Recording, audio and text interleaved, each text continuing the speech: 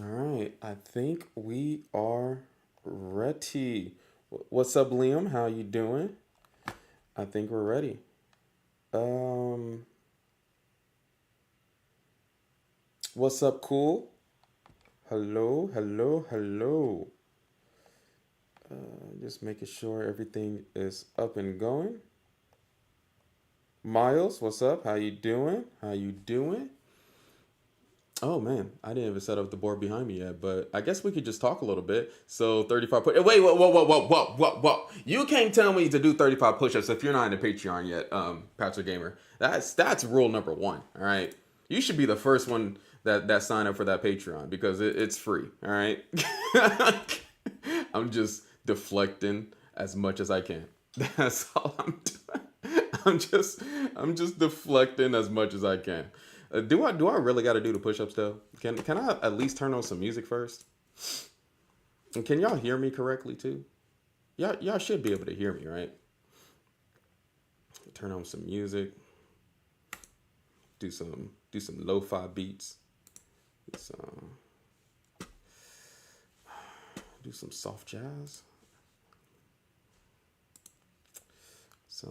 Well, I don't know what section the jazz that I want. Lounge jazz? Yeah. Yeah. Oh, y'all probably can't hear that. Probably have to put put a headset on here. I'll be right back. Probably had to put a headset on here. What's up? How you doing? Hello. Mm, we're doing good. Apparently, are we hopeful? All right, I'm about to get some headphones right quick, and the lesson's gonna be starting. I do have to set the board up behind me, so let's get this started. Hey, you know what, Patrick Gamer? Since you got that up there, can you pin that? Can you pin that? This dude, Patrick Gamer, is the GOAT. I will do the push-ups. I will do the push-ups. Dang, I already know y'all always supported. Y'all know I got y'all. Because that's what we're gonna be advertising for this whole month. Because we're back to normal scheduling. 10 o'clock. We're back. All right. 10 o'clock. I'm gonna try to do Monday through Friday. I will let y'all know if I'm skipping out on a day, which will most likely be Wednesdays. But you know, we're gonna do the best we can. We're gonna do the best we can. We need to get back on the scheduling like we used to. Do y'all have any chess questions before the lesson starts?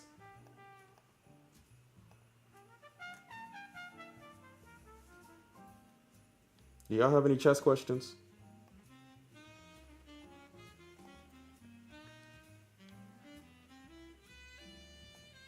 Actually, move. I'm trying to post it on YouTube too. Give me 1 second.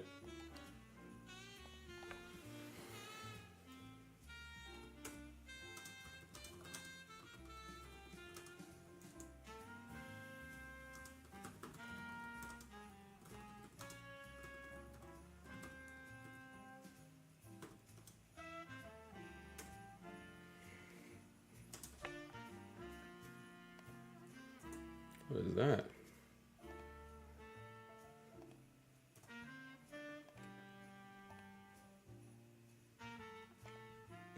There we go.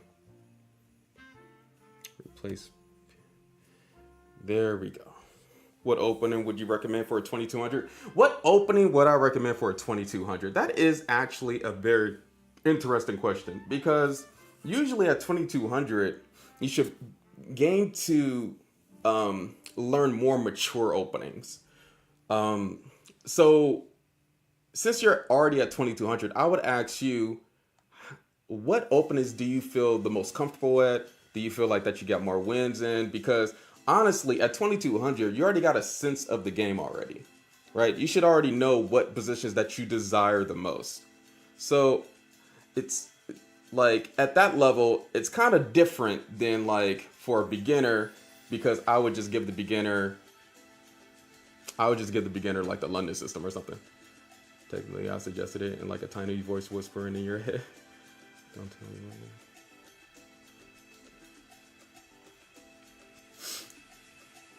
All right, I got to get some headphones and then we're going to start.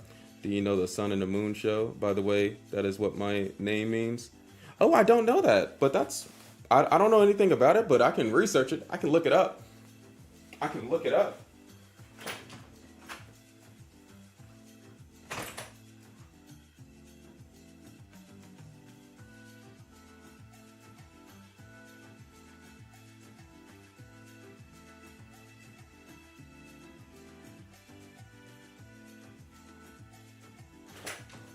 don't got TikTok open yet, so when TikTok goes live, it's gonna get a little bit hectic, but I trust in y'all to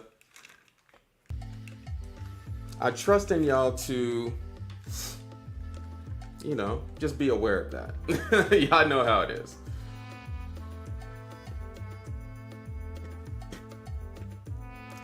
My voice is good, right? Okay. My voice should be good. But any more chess questions as I'm setting up the board before the lesson starts? Because we will be going over Fabiano Caruana. All right? Why Fabiano Caruana is the GOAT and the massive wins that he got in his career. 2 games that I want to go over today, weirdly enough. All right? And these 2 games are pretty excellent. Good lessons, good experience that you will get, good principles from the GOAT. And yeah, that's all that I have for today.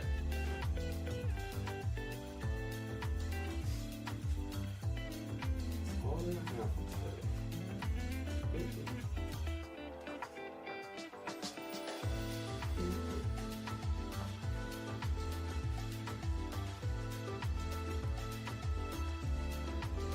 All right. Everything's set up. I got my drink of water. Who's Fabiano Caruana? Fabiano Caruana is a famous Grandmaster. I forgot what spot that he's at, but he was definitely strong enough to become world champion. But Magnus Carlsen was just better, right? He contended against Magnus Carlsen back in, I forgot if it was 2018 or not, but he has been on the top of his game for a minute. One of the veterans in the match, in the games. His most famous tournament was Sinkfield Cup in 2014, where he dang near dominated the field full of the top 10 Grandmasters in the world. So he definitely has a good history. Gotta go. See you later. Is this a chess puzzle? That previous position was, but that was for my lessons.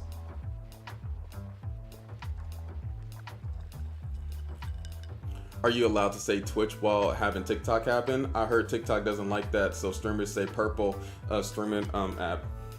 That is kind of true, yeah. That is very true. And so we might have to implement that. What's the lore behind Room 88? I'm glad you asked. I'm reading this mysterious book called Philosopher's Conundrums.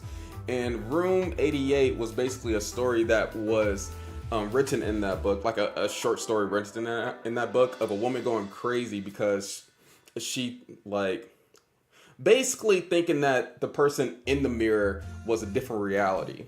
And so the only way to end the reality was to do one thing, because the person kept on coming back, right? And if they wanted to shoot the mirror, then the bullet would just the bullets would hit each other because the person inside the mirror is doing the exact same thing. And so it's a conundrum because it's just sort of weird how a mirror works, where A mirror is inverted left to right, but not up to down for some reason. And so most philosophers talk about just how weird a mirror is. And how do we know that a mirror isn't like a reality, another reality that is pretty much, we think that we're the reflection and the mirror is replicating our reality, but what if it's the other way around? And so, yeah, that's what Room 88 means.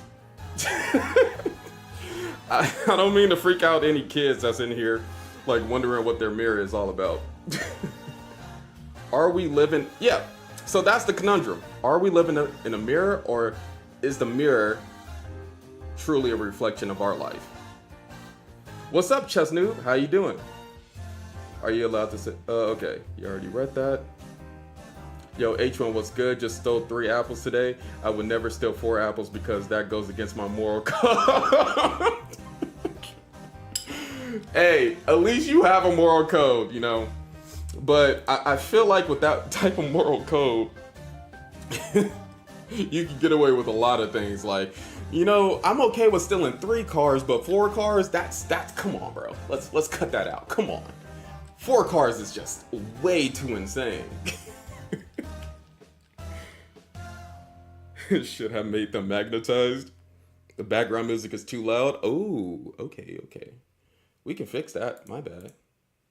We are going to be doing a chess lesson, so I don't want the background music to be too loud.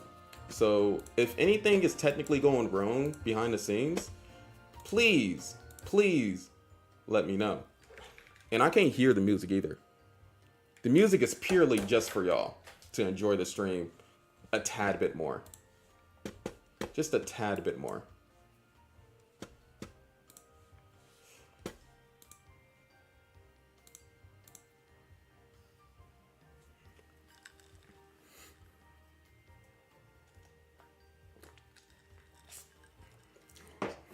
So when ZJ Termination has a moral code, it's okay, but when Dexter has a moral code,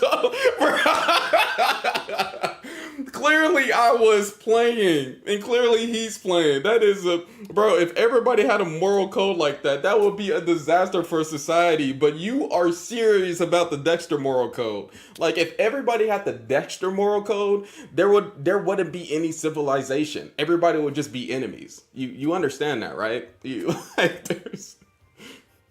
There has to be some type of process that criminals have to go down. Yo, H1, are you gonna be juggling 3 bowling balls this stream? I swear you promised you would do that last stream. Once I get 3 balls to juggle, I already said it, but once I get 3 balls to juggle, I'll start juggling them, all right? I already committed to it. You know, y'all know what to say in the comments. All right. You got a Patreon. What does it include? Oh, so that's the special thing about the Patreon is that it's free. It's free. If you want to contribute, there's like a $1 plan, but it's free so that you're updated on everything that I'm doing. Like if I put out a blog, if I put out a YouTube video, I'm going to be putting out some more exclusive videos just for that Patreon too, just to, you know, just to give you some more content that's separate from anything else. And then plus too, when you're commenting under Patreon or you ask me questions at Patreon, just like I'm doing now, answering chess questions, I will directly answer you, and then we can work something out. You know, we can try to get you to improve. I just want to create a community that we can all just be chess enthusiasts and learn from the game. That's all that it is. And if it gets big enough, you know, we can do separate streams, but that's far in the future. Okay? That's far in the future. But yeah, it's just a thing to keep y'all updated on everything that I'm doing. And other content that I want to be specific on. Because y'all understand, like, it's kind of difficult to be a content creator sometimes because there's some stuff that I want to make a video on, but I know it would be not as advantageous to put up on like YouTube, TikTok, and whatnot. And so that's why I created a Patreon that it's pretty much free to join. I think all you got to put in is your email, and then after you put in your email, I already have like 23 videos up anyway too that explains strategy and tactics, like the specific term of like why they're each important, and that strategy and I don't want to tell y'all the secrets between it, but it's basically young H1 explaining the difference between tactics and strategy and how they both work and how you can implement these terms in your own games instead of just like the reason. And it explains like the reason why in puzzles you're really good at puzzles, but you're not really good at getting into those positions in actual games. That's what that Patreon is usually for. Do you remember me? I used to watch your chess lesson live stream like 6 months ago, but today I saw you were doing another, and that's cool. Hey, Spotted, I'm glad that you're here, honestly, because that's how it like is for most people. Like I don't know. New chess course, eliminate any chess piece. Oh yeah, and that's another thing in the Patreon too. You can suggest something that you want me to go over, and I'll do a video on it. That it's like easier to do it through Patreon than anything else. I'll just do a video over it. And it's all free. It's free. It's free to join. Let's get to these comments. Oh yeah, H1. I was solo first place in my quads tournament yesterday. The tournament had me driving 90 minutes from the city side to the countryside to a church literally in the middle of nowhere. Like you had to drive through a forest on a skinny road to get to this chess tournament. Jason, 61 just followed. Hey, did you win? Did you say that you won? I think you said that, right? Yeah, you got first place. Good job, man. Good job for getting first place. What's this? We will be doing a chess lesson about Fabiano Caruana. I'm just pretty much talking to y'all right quick about things, about whatever that y'all want to talk about before we get started. So you're saying there won't be any other... Sounds like... Wait a minute. Prehistoric and Wait a minute. Patrick Gamer and Prehistoric is arguing? Are y'all arguing about the philosophy of Dexter, or are y'all talking about something else completely different? Let's go. Hey, thank you for the follow. I appreciate it. I don't know. Patrick Gamer, he responded to one of your messages. I just don't know which message. Prehistoric. People who host chess tournaments be competing on whoever can host their tournament in the most inconvenient place ever. Yeah, that's the beauty of chess tournaments. You just like, you can't complain about there not being a chess tournament near you sometimes, because there's usually at least one or two. Like I went out of town to a random chess club last Thursday. It was in a library. This woman in the library hosts a chess club. Like a Thursday, 1 hour, 1.5 hours, because library closes. And yeah, it was pretty cool atmosphere. You'd be surprised about how many people know how to play chess in those country towns. You'd just be surprised. If you could give advice to young H1, what would it say? What would it be? I would just say read more. Honestly, read more than yeah, just read more. That's it. Read whatever you're interested in. Read more than watching videos. I would give that advice to a younger me. I learned about forks and skewers and double checks recently. Let's go, Spotted. Let's go. What's your rating? My rating is around 2,300 in all-time controls on chess.com. So you can balance that out over the board. It might be around like 2,100 or whatnot, but I don't regularly play over the board. I just did a lot of coaching. And I be playing chess. Y'all be seeing me play chess. I remember one school chess tournament I played in years ago. They had some Zoom meeting playing on the speakers hecka loudly. It's always the ones that are in the country towns that don't be following the USCF rules. It's always like, bro, the room is supposed to be quiet, but you won't get that. Are you wearing a Daytona? I don't think so. It's just a regular... I don't know what this is, actually. I'm glad it looks clean. You know what I mean? I'm glad it looks cool. Oh, the watch. Daytona. My bad. Nah, this isn't a Vecta. My bad, bro. Yeah, this was a gift. I want to get into watches, but I'm not yet. And so, yeah, nah, that was... don't clip that, guys. I need to get my watch game up. Not in the sense of like buying more expensive watches, but in the sense of just learning the history of watches. I've always been interested in that. I've always been interested in that.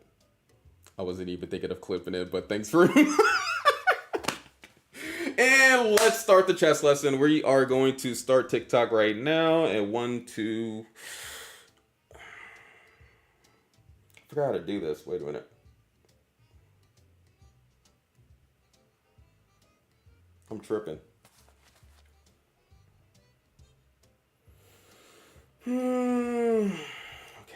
Okay. This is how you do it. Gotta hit that practice. Oh yeah, I forgot to put some shoes on. Let me put some shoes. Like, I feel like if I have shoes on, then I want to put some shoes on.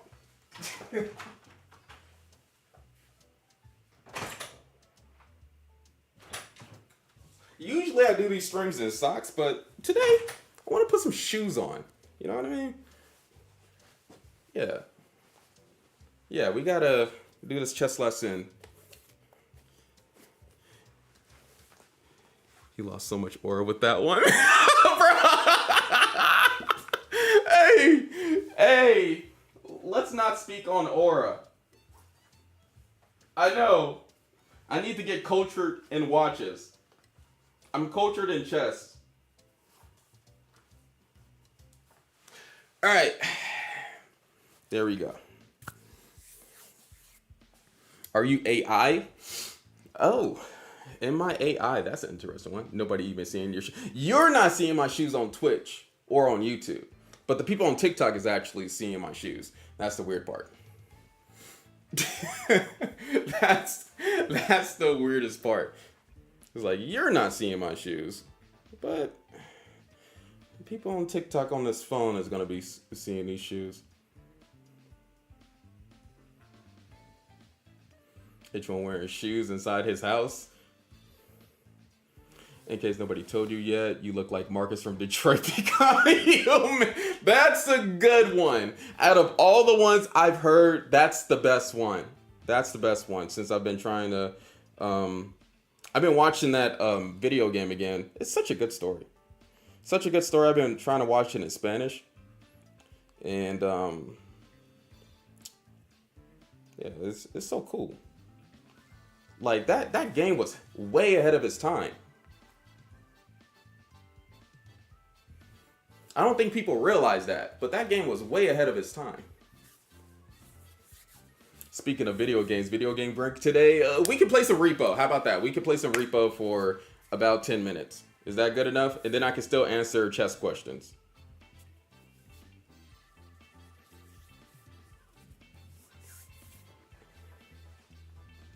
Finally, I can learn how to knight moves.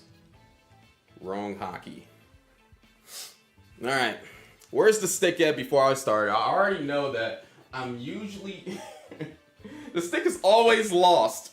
Anyway, hello guys, how you doing? This is H1. We're going to be running it back with another episode talking about chess knowledge, chess wisdom, and chess understanding again. Today we'll be going over a game by Fabiano Caruana. Both games, hopefully, if the first one doesn't take too long. Now, Fabiano Caruana is a very famous Grandmaster. A Grandmaster that has feats of his own that is way better than most average players. And he used to be the youngster that was beating up his older veteran players. But let's see how this game ended. And this game was played in 2008. All right, 2008, very long ago. Most of you was born in 2008, weirdly enough. But I digress. Let's get into it right quick. So, what do y'all think is the first move that was played by White? What do y'all think was the first move played by White here? Oh.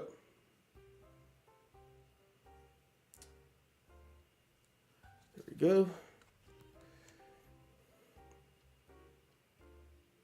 I'm better than Fabiano Caruana is wild. What is my elo? Is 2300 on chess.com.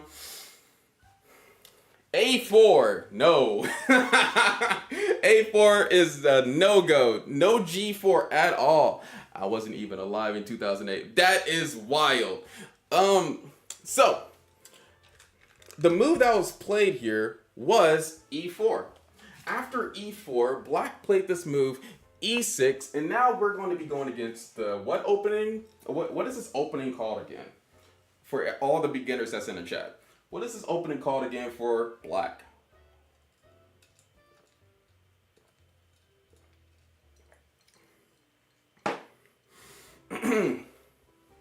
See you. Yes, you are correct. This opening is called the French defense. Okay? Especially after e6, d5. So, after d4, because what Fabiano Caruana wants to do is control the center. And so, that is why black wants to disrupt white from controlling the center. So, they do this move d5, attacking this pawn on e4.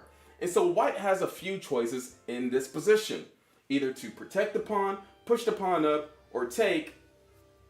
Either way, we got to figure out what is the right variation to beat our Grandmaster buddy here across the table. Because Fabiano Caruana's rating at the time was 2640. And his opponent's rating was 2623. So very similar. What did Fabiano Caruana play? What do y'all think? I played French and I thought that was the perk. It's okay. It's fine. We're all learning together. We're all learning together. Hello, what's the stream about? This is a chess lesson, an interactive chess lesson. We are not continuing on unless you give me the right move. I will, of course, give you hints of what is the right move and what is not. But I will keep those hints very secret. E5. Not E5. But Fabiano Caruana played what Cornbread said, or Katana 2. Knight to c3 in this position. Knight to c3, protecting the pawn and putting pressure on this d5 pawn. And I'm clarifying these beginning moves because sometimes you play a lot of chess, especially as a experienced player, and you forget what these beginning moves do. And you don't really focus on that. Like sometimes I like, even when I'm going through my database, I write out specifically what each piece is controlling. I write out specifically what is the purpose of why that piece went there. Just to make sure that my mind is in a whole different atmosphere than my opponent. Like the whole purpose of chess is outthinking your opponent. Anyway, after d5, knight to c3, we have this next move, d takes on e4, capturing this pawn. What happens next? Do we do some other move that is opposite from taking it? Do we do a move like queen g4? Which could be crazy. Maybe bad, but I don't know. Y'all tell me, what is the move here? Yo, H1, how come Fabiano looked younger in 2008? How come Fabiano looked younger in 2008? Dang, that is a question indeed. Average human, you are correct. And of course, if you guess the best move in the position, you will get a shout out by me, H1. The one that is controlling this whole atmosphere, this whole platform. And make sure, just because of that, you should like the video. You should like, follow, and share so that all of us can enjoy this chess lesson together. So that all of us can improve at the exact same time. And no, Hida, I see that comment, all right? It is not king to e2. We are not doing that. Knight takes on d4, and then we have this next move, knight to d7. Good move. We're still in theory. We just need to figure out the rest of the theory. Now, most people get confused of, oh, these grandmasters are memorizing moves, but we are still following the chess principles that we learned at the beginning. To develop pieces, to castle the king, get the bishops and knights out, get the rooks on open files. All of those things stay the same. Did that pawn just go on the floor? Yes, it did. All the captured pieces goes on the floor because they're done away with. Your friends are gone. All right? Chess is a ruthless sport. And until you realize that, you need to treasure the pieces that you have already.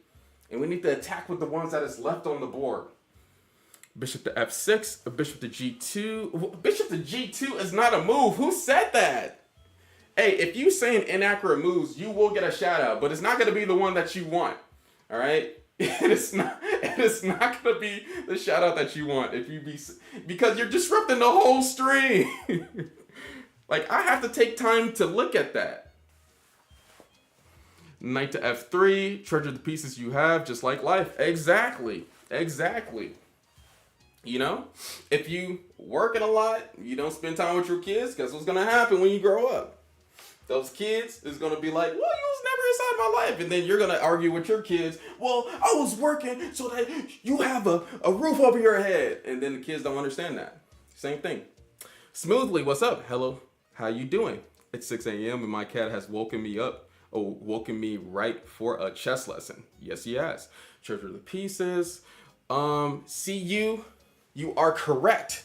We have this next move here, knight to f3. Knight to f3, knight g to f6, and now look, we got a problem here. This knight on f6 is attacking this knight on e4. So we gotta decide what we're doing here. Are we gonna move the knight to a better square? All these variations make sense. And we need to battle out our ideas. What is the best idea that Fabiano Caruana came up with in this position? I would like to apologize for previous comment written. It is not representative of the kind of man I am or that I want to be. Bishop d3, I would take. Sir, move knight to f3, then swap king and rook. Yes, move knight to f3. We still gotta move bishop, so we can't swap king and rook yet. And chess is a ruthless sport where I always end up taking the pieces and throwing them at my opponent. Yeah, let's avoid doing that at all cost, all right? We don't need to throw pieces at our opponent's faces. You will get disqualified and probably thrown out. Bishop to d3, no. Somebody have already set the move though. Average human, you have already set the move. Knight takes on f6. We don't want to waste time. And one way how we can not waste time is by doing a forcing move. What is a forcing move exactly? And I always got to repeat this so that, y'all can remember this. Forcing moves is checks, captures, and threats. And so if we're capturing a piece, now the opponent has to respond to that piece that was captured.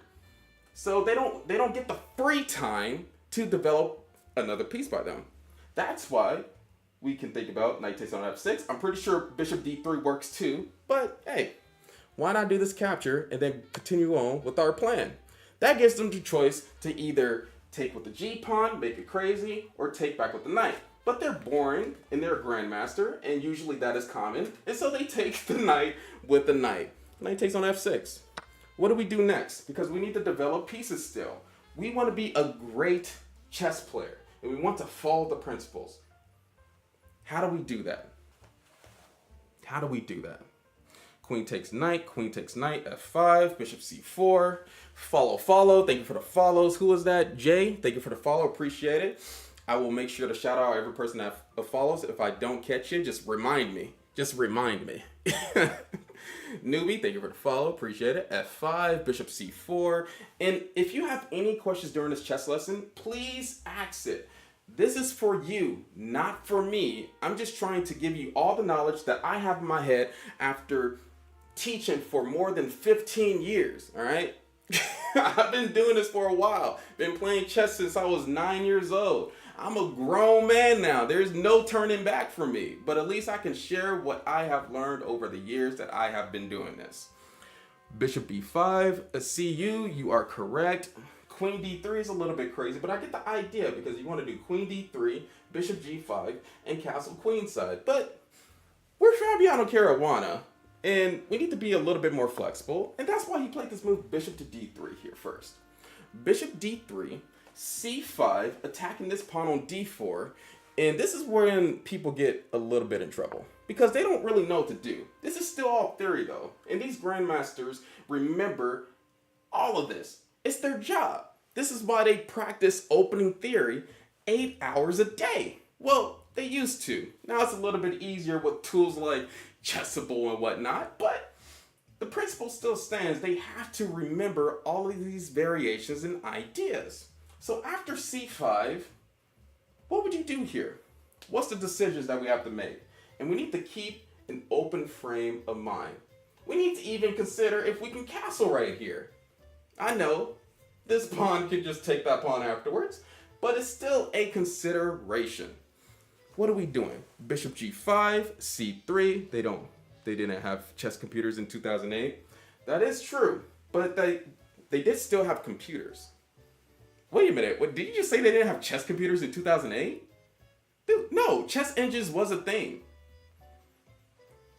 There were still Fritz. It wasn't as powerful as the chess engines that we have now, but they still exist. How old do you think 2008 was? Gosh, Lee. It's in the middle of the night and I have to go to sleep. Goodbye. See you later, Spotted. I'll start the lesson a little bit before you go to sleep next time. How about that? Bishop c5, castle, bishop e3. Chess wasn't online until... No. Look up the internet... Look up ICC, chess. Chess was online before 2015. That's an incorrect statement. The ICC, the Internet Chess Club, was a thing. All right, don't be spreading misinformation. I was around. Okay, wait. So I'm gonna give y'all about 15 more seconds to figure out the best move here. I'm gonna give y'all about 15 more seconds, but. Well, we got a comment. Kellen 127, 2008. That was like World War II era, was it? Gary Chess invented chess in 2016, though. What type of sentence is that? There's a guy named Gary, and his last name is named Chess, and he invented chess in 2016. Wow. It is White's turn at this present moment right now. Pair. It is White's turn.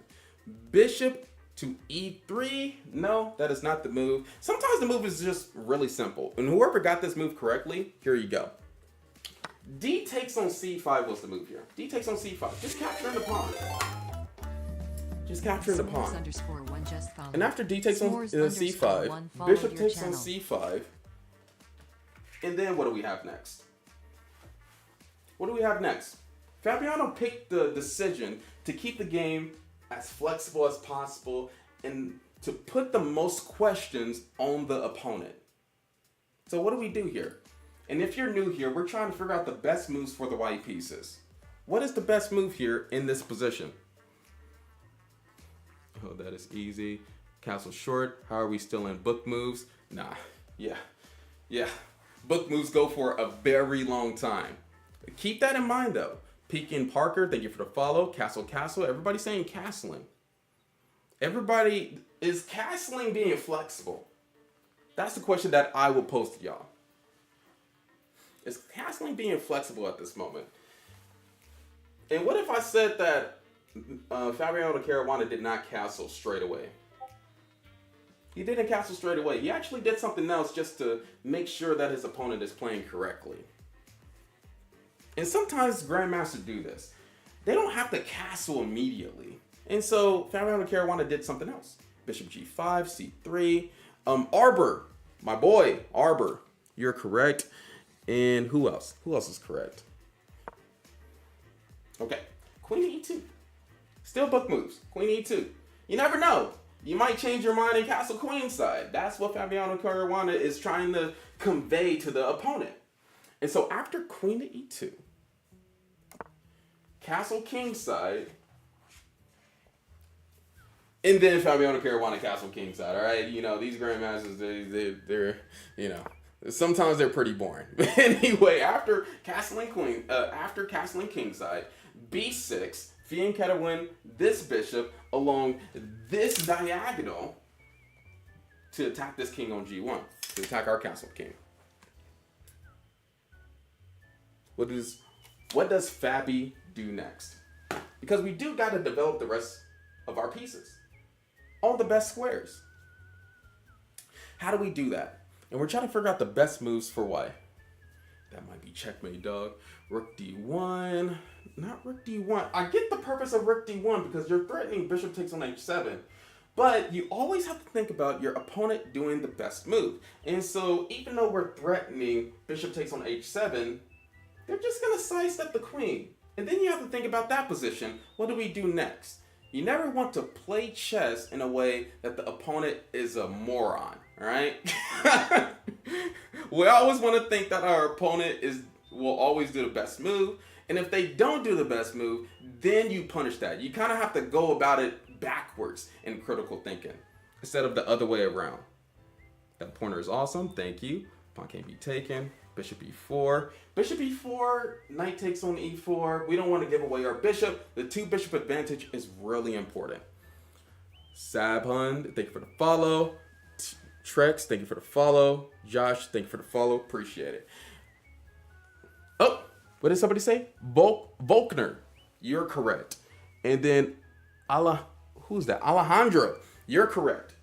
Bishop to g5 was the next move. Bishop to g5. And now, are we finally out of book moves? The computer is saying that we're finally out of book moves. So, let's figure out what happens.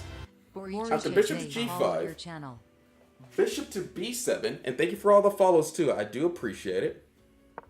And then what do we have next here? What do we have next? I like how Fabiano Caruana decided to develop the bishops and knights first, before getting the rooks on the central files. Because I'm not saying that rook d1 is a bad move, the previous move. I was just saying that there's better moves. It's okay to be tricky every now and then. That would have been a good bullet move. But we're aiming for something else. And we're definitely wanting to get this pin along this diagonal first. Because once the queen moves, we can mess up their pawn structure on the king side.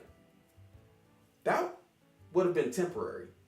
It actually, black can break this pin whenever they want to with h6, g5. But we're just banking on the fact that that's too many weaknesses for their king side. Trade bishops. Now we can do rook to d1. All right, a lot of people want to do rook to d1 right now. But I have one main question for y'all.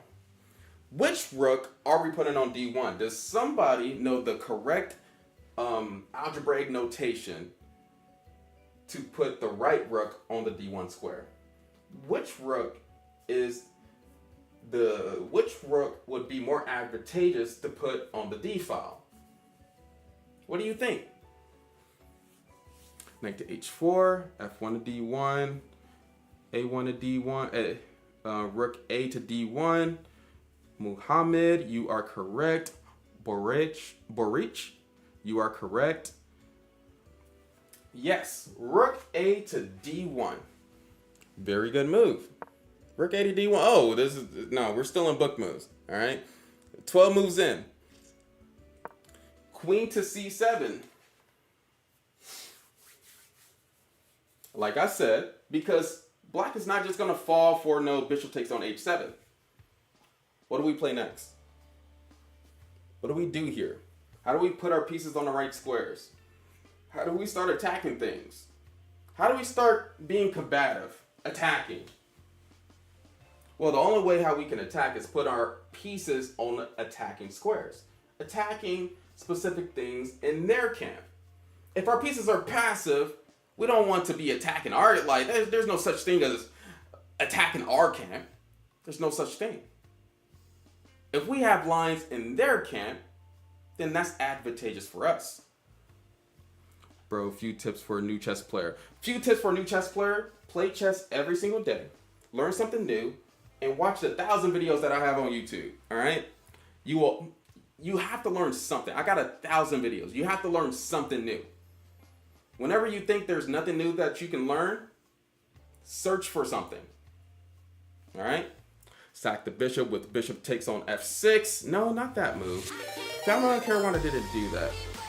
Marin, why didn't you use the rook on f1?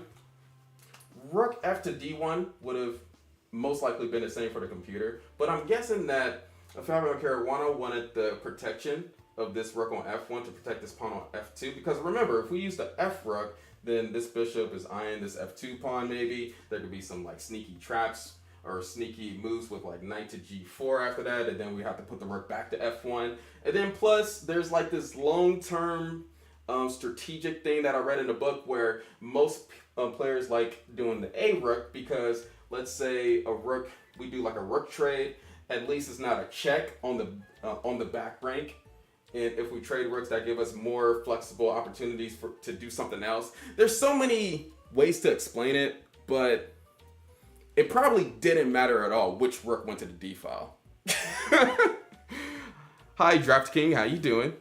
The king always needs his rook friend to keep them company. That is true too. It's just a matter of how you want to play this. I'm about to go to bed. See you later. This dude name, I'm not saying his name. White is in a poor position, underdeveloped pawn structure. I wouldn't say that at all. This is a dynamic pawn structure, and we have the E and D file that we can put our rooks at. I would say that black is behind in development. But the move that was played here, K-Dog got it right. Knight to E5. Knight to E5. Rook F to D8. I like this knight on this square. You know why? Because this knight is just keeping an eye on this F7 pawn. When we're playing chess, we always need to keep in mind of sacrifices that can happen. And sacrifices like knight takes on F7, and then this E6 pawn could become weak without this F7 pawn, could happen in this game. You just never know. Always keep sacrifices like that in mind when you're playing it. Why not develop your pawns? What do you mean developing pawns? That's not a concept. It's either developing the bishops, knights, and rooks and queens, or nothing at all. You don't develop pawns unless you're trying to control the center. Rook F to D8, and then what do we play next?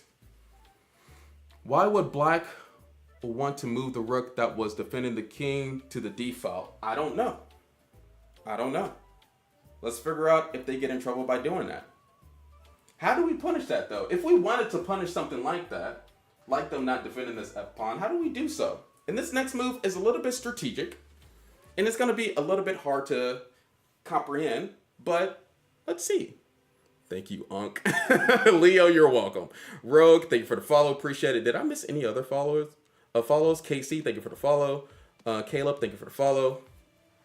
H3, no. Sack the bishop on H7. Probably not. Yeah, that's way too bold. Whenever we're sacrificing material, we have to sacrifice in a way that there is a permanent idea that we have. It's either checkmate, destroying their position, having superior pieces. There has to be something that we're trading that material for. And if we're not trading that material for anything at all that we can think of, then never sacrifice. That's just a premature attack you should avoid at all costs. Now, white's position is very delicate. And let's just go over this next move. Love your videos. How long have you been playing chess? I've been playing chess for about 18 years now. This next move, Fabiano played king to H1. I know, hard move to think about right now. But when you see a move, king to H1, just think about in your head, what is the idea behind that? What is Fabiano trying to do here after king to H1?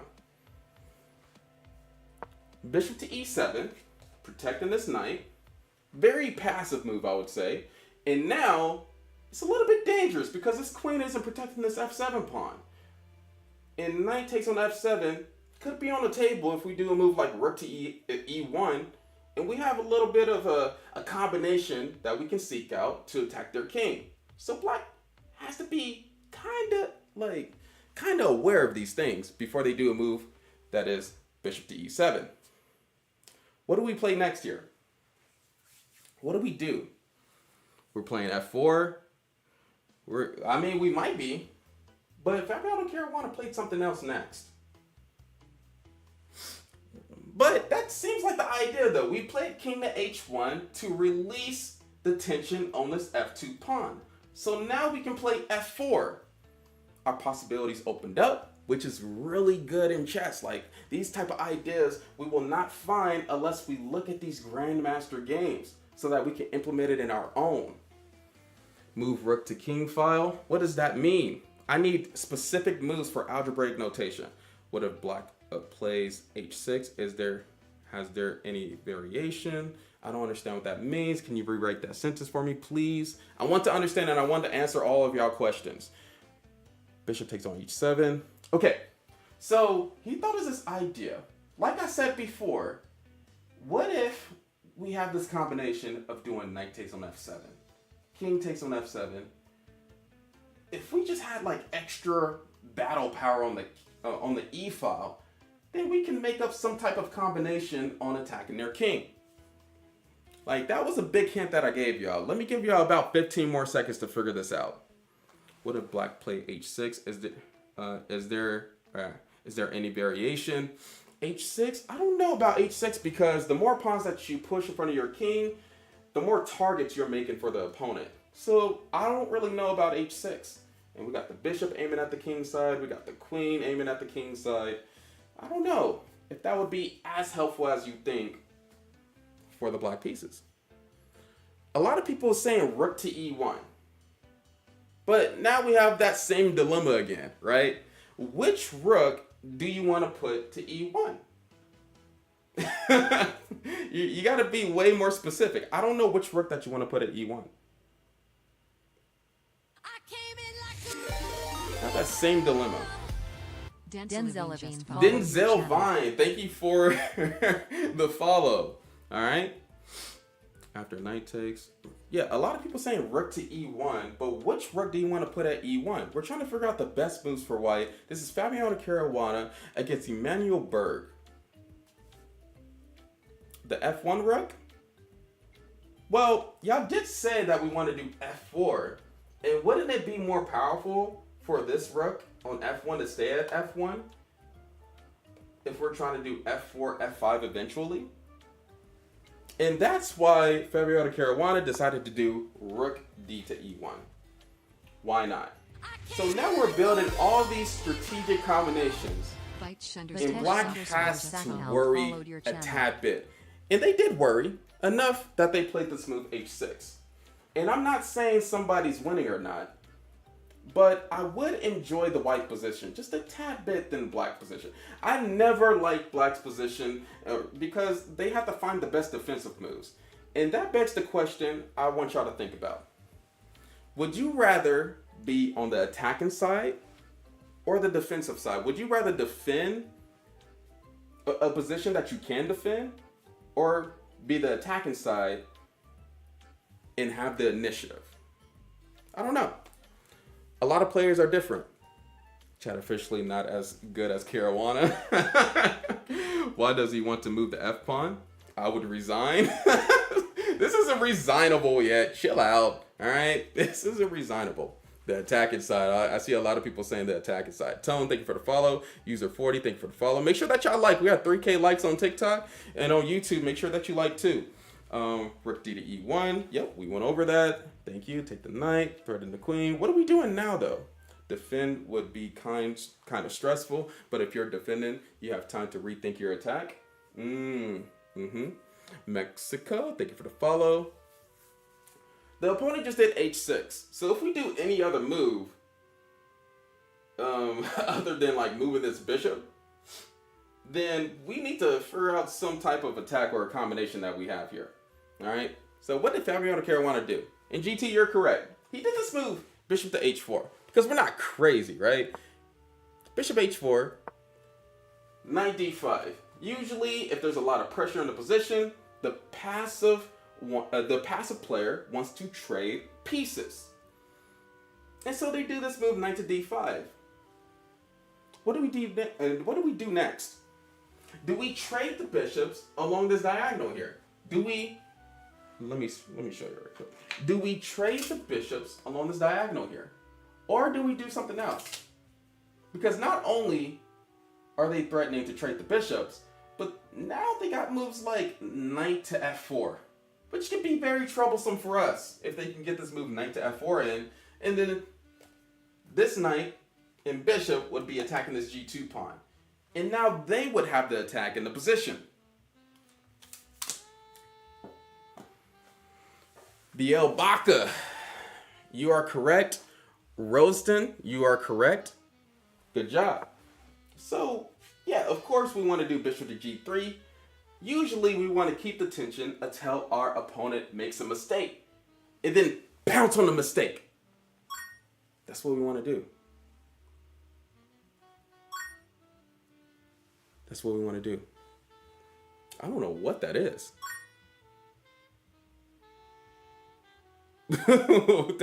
We got weird stuff on Twitch now. Cool. What is the end goal of my life, bro? Just to spread chess. What are you talking about? Anyway, that was a random philosophical question that I cannot answer in 1 minute. We got to continue on with the lesson. Bishop g3, bishop d6. But thank you for the. I don't know what that is. Bishop to d6. It's on the screen. What's on the screen? Yeah, I don't know what that is. That's the first time I'm seeing that. Bishop to d6. And then what is played next here? What is played next here? We got all the tension, and we need to figure out something.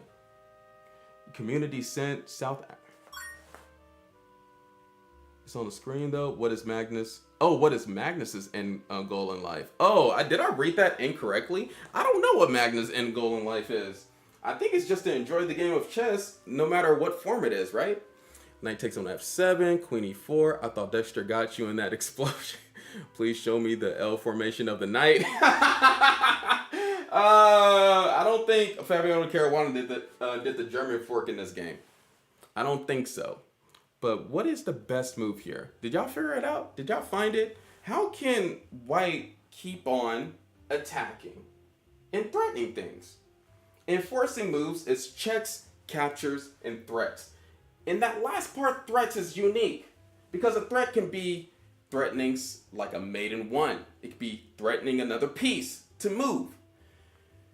GG, you're correct. GT, you're correct. Callan 127, you're correct. Not F4 exactly yet. Thank you for the gifts that is sent on Twitch. I guess that's a new thing that I got to figure out. But thank you. Appreciate it. But now we got this move, queen e4. And why was queen to e4 possible? Why was queen to e4 possible? And this isn't losing yet. This is still a normal game. That's why I asked you the question, would you rather defend a position like this or be on the attacking side? Because now white is threatening queen to h7, checking the king, and eventually winning after like queen h8, king e7, queen takes on g7. That has to be losing for the black pieces. And so what did they do? And this was only allowed because the knight wasn't on f6. The knight moves back to f6. And now the queen is attacked by two different pieces. Number one, the knight on f6. Number two, the bishop on b7. And so Fabiano Caruana knew that this was going to happen because we always think that our opponent is smart and they're going to do the best move. You cannot hope that they mess up. You got to stop doing that. That's what beginners do all the time. You got to stop doing that. Got to kick that out of your thinking process. An opponent is never going to give you, oh snap, thank you for the galaxy, let's go. Who just sent that? Who just sent that on TikTok? I appreciate it. Ray? Or Roston? Thank you, appreciate that. But the opponent is never going to give you 3 extra moves. That is never going to happen. Never going to happen. And shout out to him in TikTok. Make sure everybody shout him out. So after queen to e4, what is the next plan here? What is your elo? 2300 on all time controls on chess.com. Good breakdown, bro. Thank you, thank you. Needed this. Let's go. I'm glad. This is exactly why I'm here. You're welcome, H1. ZJ sent the galaxy. Hey, let's go. When I play, I always give the opponent 3 extra moves. Okay. Okay.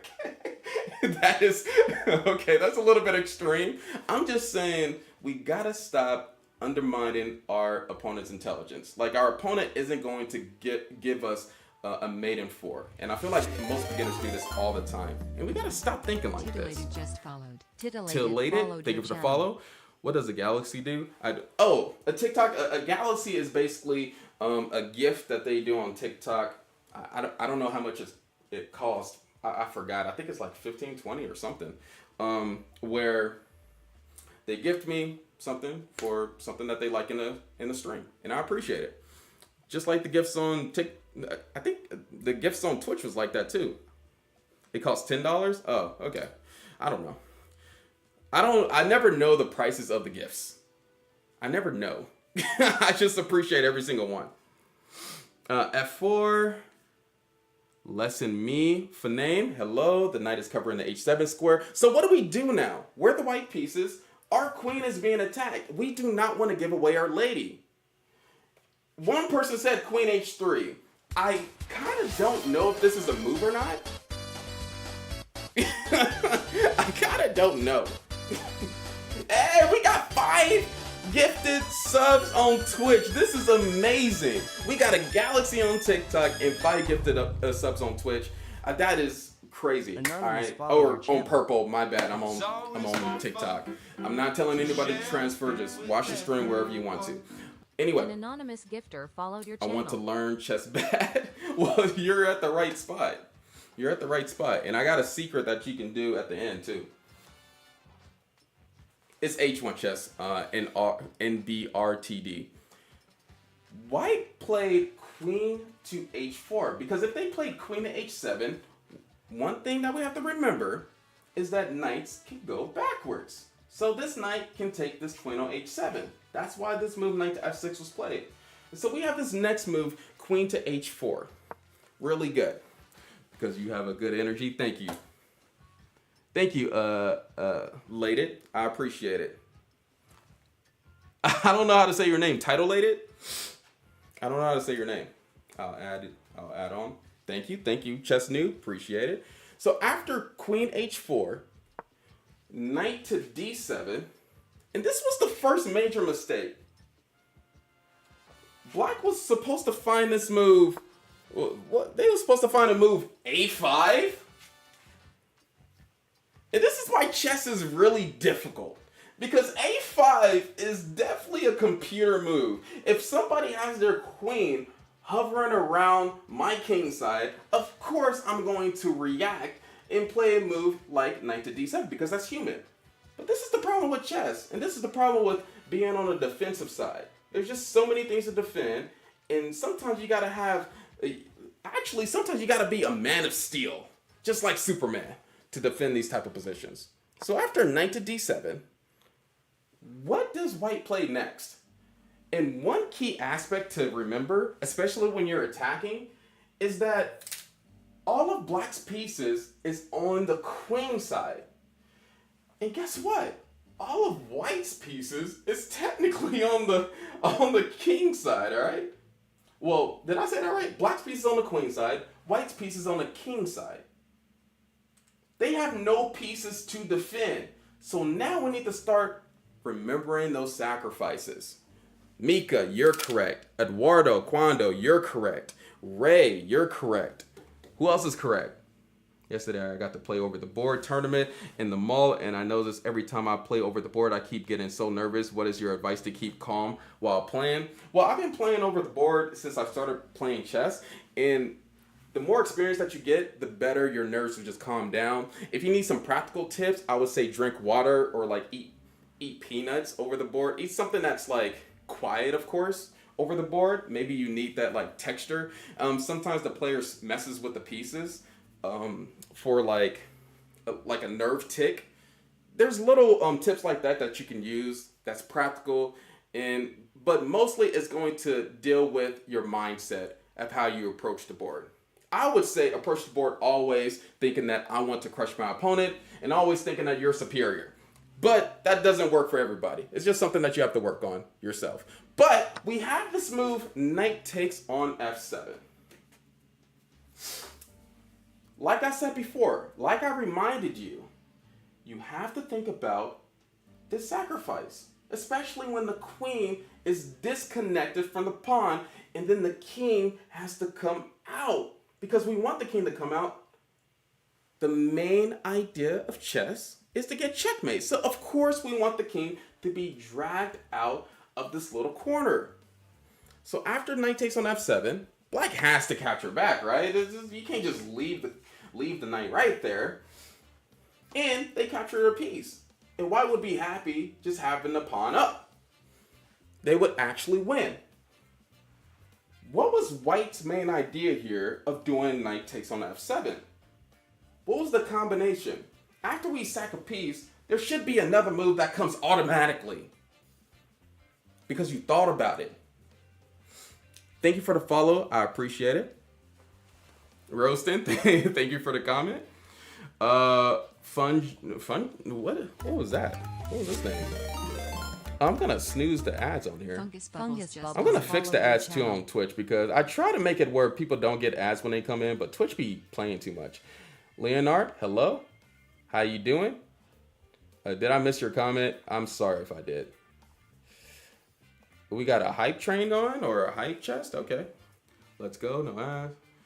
Rook takes on e6, cutting off escape. I don't care. Give me ads. It's better for you. All right. Okay. I like that charitability. Jack, hello. Twitch trying to ruin your hustle. This is dope. Thank you. Queen g4, bishop h7. Nah, I need y'all to be more aggressive than this. All right. Bishop h7, good, because you're like making sure that the king doesn't go to g8. Gotcha. Makes sense. There's only one move that works, though. There's only one move that works. And when you sacrifice a piece, you have to have the other combination ready. You got to know your stuff. You got to expect every move that they play. You got to predict every move that they play and then have a response for that when you sacrifice a piece. It has to be concrete. It has to be clear.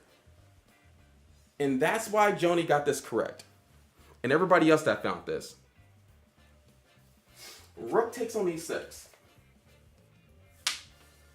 After rook takes on e6, now black has an idea that he's in trouble. Right?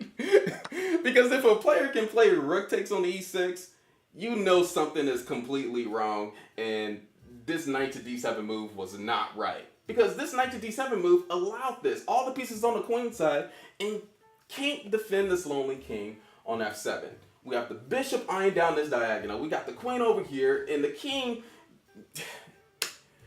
We're gonna find out if this king cannot take the rook. Okay, this is not happening. All right, black cannot take the rook on e6, and that's why they didn't. They didn't. Why would they allow this king to be in the center just to get checkmated? And plus, after like king takes on e6, there's probably a forcing checkmate, or even like bishop g6 to keep the king from being safe ever again. That's why white played this move, knight to c5. Knight to c5, just trying to do the best they can. And you're not forced to take the pieces that your opponent sacrifices. If you're defending, you're not forced to take.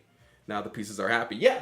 All of white's pieces are happy. This bishop, this queen, this rook isn't happy, but it can be happy with a small move like a rook f to e1. But all of white's pieces are happy. Now we gotta utilize this happiness. And we gotta win the game for the fallen soldiers that is on the floor right now. For these fallen soldiers, we gotta utilize the pieces that is on the board. But how do we do that? We need the rook emote. Why no rook take? Been playing for 2 years now, and I play in person against an average rating of like 1400. I am struggling to break 1K myself. Just think my endgames need work. Yeah, and that's why I have a whole playlist on YouTube talking about endgames just for players like you. I have a whole bunch of shorts talking about endgames. Remember to like the stream. Thank you, Landon. I appreciate it. This dude Landon has been a buddy of mine for a minute for these streams. Bishop d6. Bishop takes bishop. He sacrificed the rook in my most Gotham chess voice.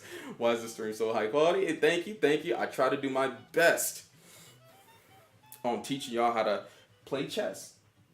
Giving y'all chess knowledge, chess wisdom, and chess understanding. So there's two moves that works here. There's two moves. One of the moves wasn't played. The number one move was queen h5. All right. Was it a miss? I don't know. But Fabiano Caruana did the most extreme move possible. Rook takes on d6 first. Rook takes on d6. Still winning. Excellent move. And then after rook takes on d6, what happens? What happens here? And just to let y'all know, this game ends in 7 more moves. This game ends in 7 more moves. I was thinking of that. Hey, congrats on even thinking of this, because these grandmasters, it took them years to think of moves like this. And if you can, dang, I need some water. If you can even think of one of these grandmaster moves,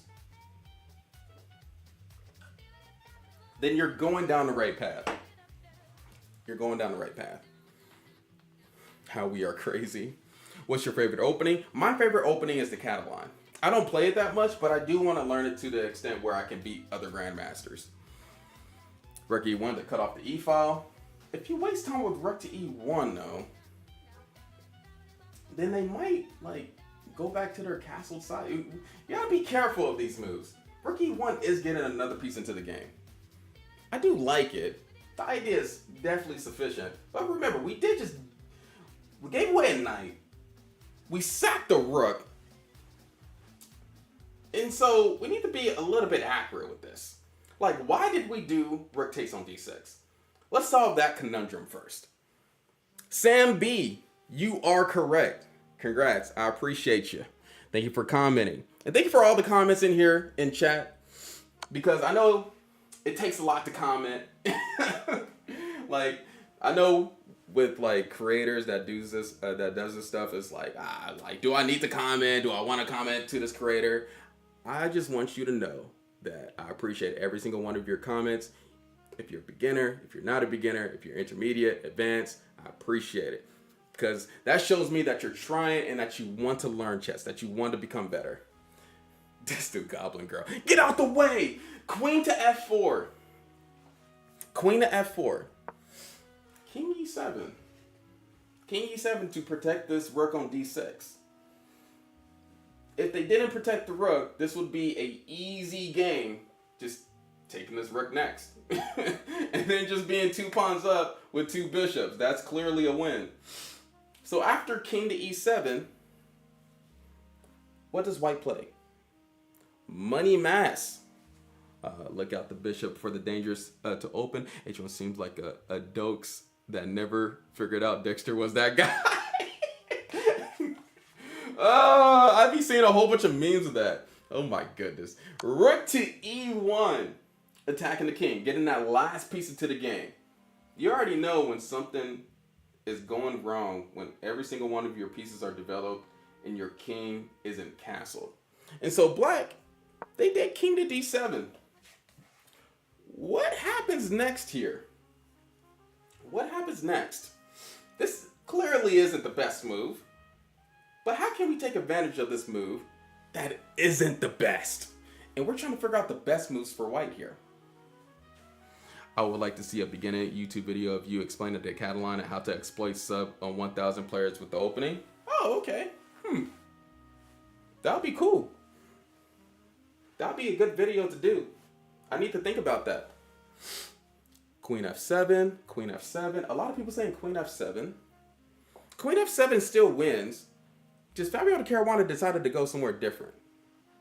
And this game is going to end in 4 more moves. 4 more moves. And we're the white pieces. We're Fabiano Caruana going against Emmanuel Berg. Rosden, you are correct. What game is this from? This is from 2008 when Fabiano Caruana was 2,600. I forgot how old he was, but being his age, 2,600 is crazy. Bishop to b5, attacking this king.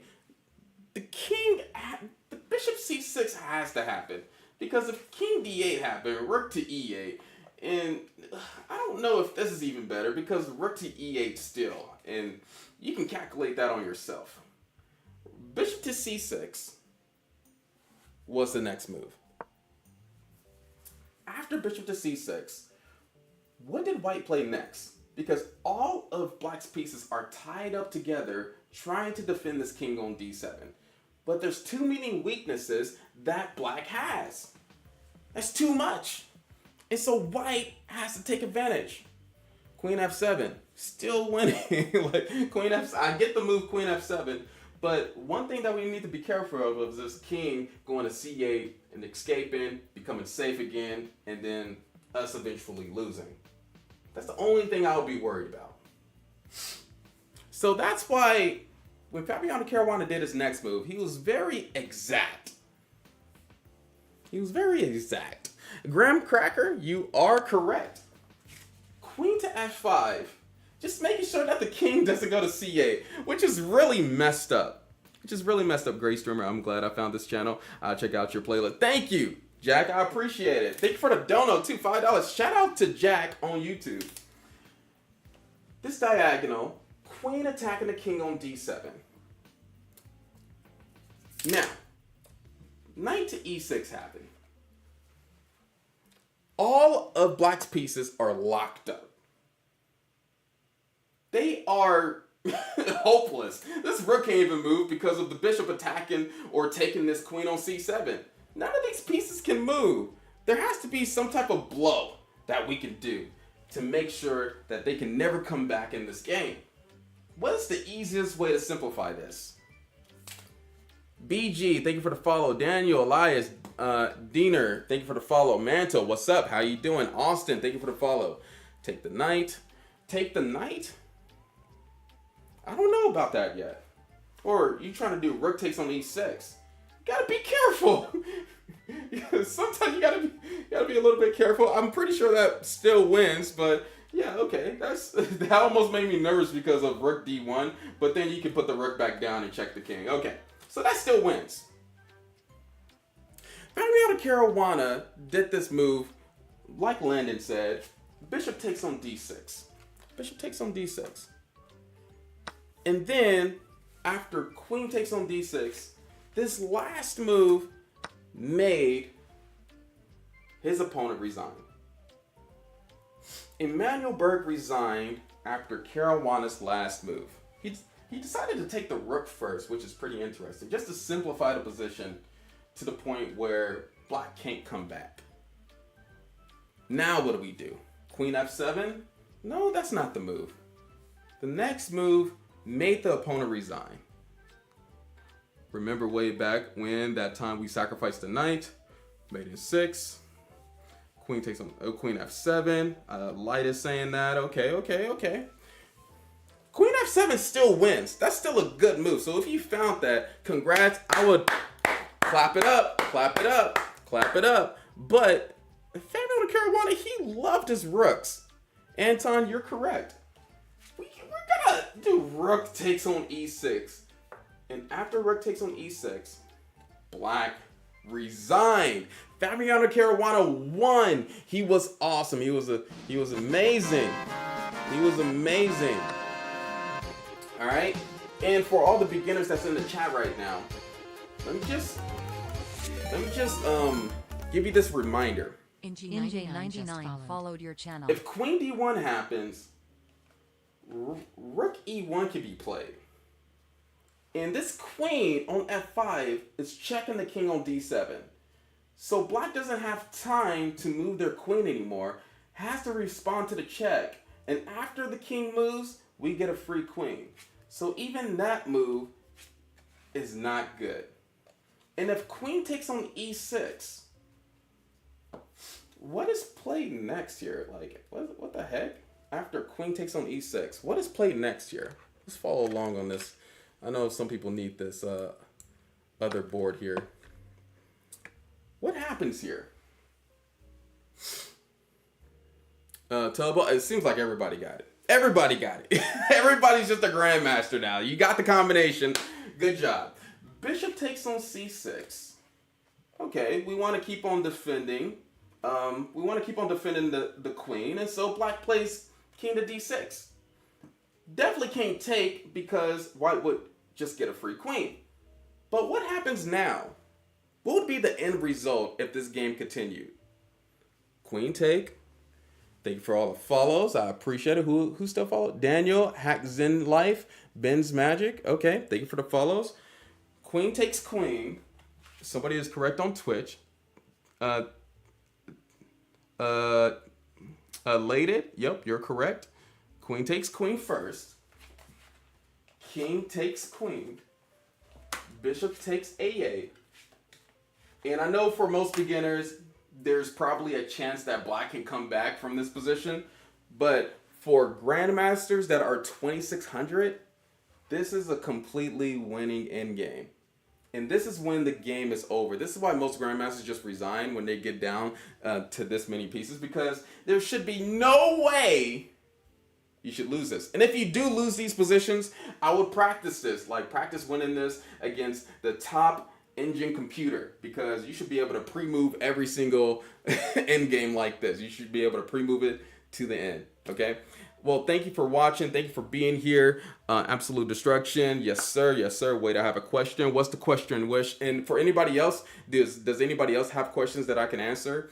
And before y'all ask those questions, I do want to mention too, on my profile, on the on the pinned comments. I do have a free Patreon where you will get updated on every single piece of content that I'm going to be making, so that you can keep on learning and stay on the right track, have a community too. And if you have questions or concerns like how do I get above 1,000 elo, it should all be in that Patreon. So you can join for free on the platform. And I already got videos set up where I will be sending out vlogs, exclusive content on that Patreon. All right, and let me just clarify, because this is a free game. All this stuff is for free, okay? Just clarify. I'm sorry I can't follow you. I'll try and figure out what happened to follow you another time. What? I don't know, Sony, what happened? Thank you. Appreciate it, though. Appreciate the follow. Wish this wouldn't be a blitz game. This would not be a blitz game. All right, let's answer some questions. How would I practice this endgame with a computer? Well, you can set up this endgame. So there's tools on chess.com or whatever platform that you want to play on, where you can copy the URL, or there's like a Zen number that you can copy and then play the computer, or play whatever difficulty computer that you want to play, and then play this out and make sure that you can win winning positions. Because one of the main things that players can't do, or players have to learn how to do, is win winning positions. And tough players actually have to do this too. Like, for example, in order for me to win winning positions against Grandmasters, I have to practice. And sometimes I give myself less time, so it's more difficult. And that's some of the exercises that I do personally. All right? That's some of the exercises that I do personally. Yes, I'm 2300 on chess.com. In all time controls. Great choice of game. Great choice of game. I liked how chat could see that there was a sacrifice coming, but we didn't quite get it. Yes, sir. Yes, sir. My follow button isn't working for some reason, but yeah. Oh, man, Twitch. Look, see, this is why I want to just move to like a community or Patreon, because I just want to connect to y'all personally instead of like going through all the hoops and crannies on these social media platforms. All right. Dang it. Does anyone want to play with me? Okay. What's your highest puzzle streak score? I don't know nowadays, because it got inflated again, right? So I know like 3800s. I know people that are puzzle rated 3800 that, you know, that are around like 1500 in their actual rating. And so I think it got inflated again. Do they let you execute the opponent when what the heck kind of question? Alex, dude, you can get your TikTok account banned for asking questions like that. How do I get good at bullet? Can't get past 2000. Well, it takes a lot of effort, because the shorter the time control, the more important the opening gets. And if you don't get a good opening, that affects the rest of the game. So I would suggest getting a really good opening. I would suggest doing that. Getting a really good opening that you can blitz out, play every single time, and you can get some competitive edge against your opponent. I will still probably draw. You better not draw, Bombfo. How can yellow win this? I literally know nothing about chess, but seems interesting. Yellow can win this just by pretty much taking all of black's pawns and queening one of the pawns, promoting. And promotion is a term that you can do in chess, where you can get a pawn to the end and promote it to any one of the pieces that is a bishop, knight, queen, and rook. You will promote it to a queen and checkmate the opponent's king by making sure the king can't go anywhere else. And you do have to learn some more rules to get checkmate off. All right. Okay. How to counter Mega Knight? That is not a real question. What is good opening to practice? That is so subjective. I need something more specific if I'm going to answer that question. I love chess. I don't know how to. I don't know anyone that can play. That's why we have online chess platforms that you can play with other people. When you're up material, you trade down in a favorable way and promote. Yes, sir. Get a really good opener, just like in what the heck? Gotta say, you are a very good teacher. This stream has been a joy. Thank you. Appreciate it. We will be doing another lesson tomorrow, just to let everybody know that it's still here. it might be at 10 p.m. It might not be. It's going to be the exact same time. I'm going to try to keep it every single week. And like I said, I will make sure to be notifying y'all in the Patreon too, or on Discord. I notify you on Patreon, Discord, whatever platform that you want to use is going to be on. Is going to be there. Okay, that's why I'm like just trying to make sure that y'all, because sometimes like I get messages on chess.com. Oh, I didn't know that you have a YouTube, or I didn't know that you wrote blogs, or it's stuff like this, and that's why I gotta like create something where you know that I've been busy this whole time. I gotta make sure y'all know. How do you play the English opening? Because I use it, but not well. Well, actually, Magnus Carlsen has some really good games in the English opening. And if you want to follow a Grandmaster, which if you're learning the opening, follow Grandmasters that play your opening. And for C4, the English opening, because I used to play it a lot, Yasser Seirawan made a whole career off of playing the English opening. So follow him and what he used to do and what he used to play that got him to that Grandmaster spot. H1 is everywhere, yes sir. The problem with the game you shared was the amount of options all the happy pieces had. Hard to choose the best way. That's the problem with chess a little bit. And that's why, like I said before, you have to learn how to win winning positions. It's really hard to do so, especially against a strong opponent. Because remember, when you're attacking somebody, they're like a wounded animal, right? They're like tense. Especially, have you ever like seen a wounded animal around their kids? They're not they're not really passive in that moment. They're high alert and they're making sure that you're not doing something crazy, and you can't move too much either, or that animal's going to react really quickly, really fast, in a way that you're not going to expect it. And the exact same thing is with chess. And a good player don't give up just because they're being attacked like this. When you mess up once, that player is going to come back, and then you're going to be mad about it. You're going to be mad about it for a minute.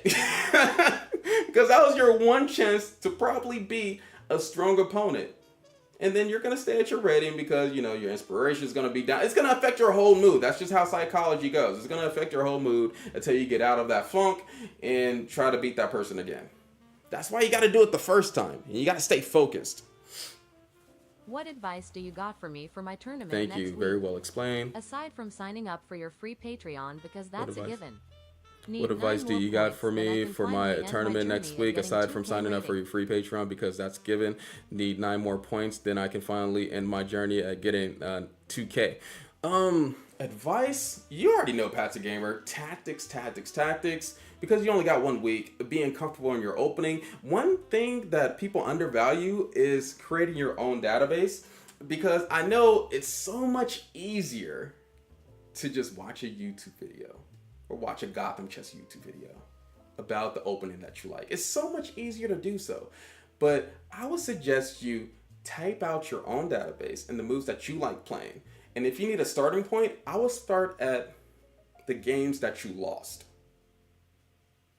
Which is hard for most players to do. Like, dang, I gotta revisit the losses that I play online. Like, yes, you do. That's you gotta be a blunt chess player. You gotta be your worst critic sometimes. And so, yeah, I would create an in-depth database explaining each move in your opening, and at the same time, do tactic puzzles. And at the same time, if you have a good book like this, any book that says practical on it, or like practical endgames, this is what you need. This is awesome. This is amazing. Practice this too. And you're practicing all the phases of the game. And of course, practice calculation and finding your candidate moves and whatnot, depending on the time control. But yeah, that's gonna help you out tremendously to get that 2K before you know it. And that database suggestion is golden. Now, how to do it, I'm gonna have to, sorry to say, that's probably one of the videos that I'm gonna have to make in the Patreon that's gonna be exclusive. And there's a specific way how to do it where it's advantageous for you and for you to get better. I did it before in like blitz matches, and that's how I got to 2300. It was pretty it's pretty cool. I need to improve my calculation. Yeah, that's a hard one too. I like how the membership benefits of the Patreon is Discord access, as if the Discord isn't public. I think how I have it is where now if you join the Discord as a member of the Patreon, you get like a special class in the Discord. I think that's how I have it. If I don't have it like that, I will work on it as much as possible. But I want y'all to be like a special class in the Discord, all right? You're not just gonna, it's going to inflate your status, per se. Inflate your status. Is there anybody in history who has never lost a chess game? No, nobody. Except for probably one king in the 1400s that most likely, to his opponents that won. Y'all know what they say. Usually, if somebody lost a war, you don't record the wars that you lost.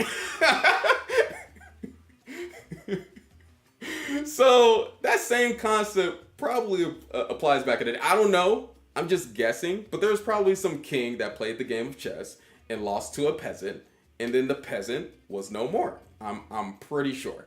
I'm pretty sure. I don't even have to. I'll put my money on that. You never lose a game if you never play a game. That is true too. If you play one game and win, then never play again, then you have never lost. That is true. You could do that. And focus on endgames. Yeah, I just wanted to make a learning environment for everybody, and then I just wanted to help as many people as possible. That's the thing of why I created it. Got to do all the puzzles so you can look at any board position and figure out solid moves for either side. Okay, we got a lot of advice going out. Look, see, this is exactly what I wanted to create. This is exactly the atmosphere that I need, okay? Continue with the good work. Thank you. How does the knight move? The knight moves in an L shape. If you need help learning how the knight moves, let me give you a demonstration right quick. And I never get to use these stars, and this is why I'm doing it, because I never get to use these stars. And this is the perfect opportunity to use it. This is how the knight moves. Y'all should tell me to use the stars, because I never know when to use it, but this artificial use of stars. I have the stars for no reason. Usually the kids that I used to teach chess with, at different schools, love the stars. But anyway, if you want to know how the stars move, hey, DJS, thank you for the subscription. And dang it, you subscribed now. I was going to actually make the subscription cheaper on TikTok, but I appreciate the subscription. Thank you. I appreciate it. But the price will be changing with the subscriptions on TikTok. All right. It's going to be lowered. Completely down. But yeah, these are all the squares that the knight can move. So if you're ever confused on how the knight can move, just screenshot this and remember it. Thank you for the follows. Appreciate it. Are you always a black team? I guess so in real life, technically, right? I'm always the black, quote unquote, black team. Or you can just say I'm always the human team if you're talking about real life. But in chess, no, I could be the white team or the black team. Hey, I got a discount from Google Play anyway. Hey, there you go. That's how you do it. I like people that is that has money literacy. That is really awesome. 2300 all time controls. Let's go. How much is he rated? Okay, thank you for answering that. Yeah, if y'all need to confirm that, go to my chess.com page, which is chess knowledge with H1. Well, actually, no, it's H1 chess on Twitch. That's my username on chess.com if y'all want to confirm that. But I am 2300 in all time controls. I would say that I play better with slower time controls, like a normal person, than these degens out here that be not thinking and playing 10-second chess, even though I do some degen stuff just for fun. But yeah, I would say I play better at slower time controls. Any more questions, concerns? Because we're going to do something fun on Twitch before I head out. I'm going to play Repo. There's a game called Repo, and I'm going to still answer chess questions as I'm playing the game. Yeah, that's going to be the goal. What I find hardest is thinking multiple steps ahead. Yeah, well, actually, that's kind of a misconception. So... I know this is weird, not to be pretentious at all, but usually when I'm facing somebody lower rated, I don't think moves ahead. I just understand the position and what I need to do in the position. And I understand the position a little bit more than the average player, or like stronger players understand the position a little bit more because they understand principles. In this book, I don't even have the link anywhere. And so I'm just like giving this book free advertisement. But this book alone gave me so many principles where if I'm facing somebody lower rated, I don't really calculate. Like, I only calculate when I'm facing somebody stronger. Not to be disrespectful. I'm just saying. That didn't stop you from losing to me on time. This book is a really powerful book. Really powerful. Chess principles out the wazoo. That didn't stop you from losing to me on time. This too prehistoric. You did beat me on time.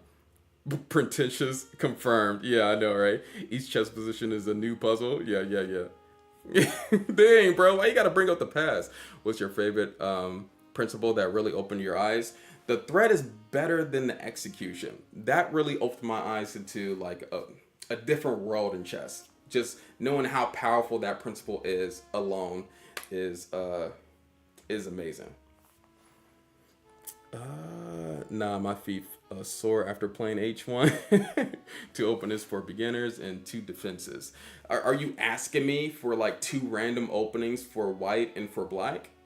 I don't understand. You seem like a charming man. Thanks. Thank you. Remember, I'm married with 2 kids. All right. Don't get it twisted.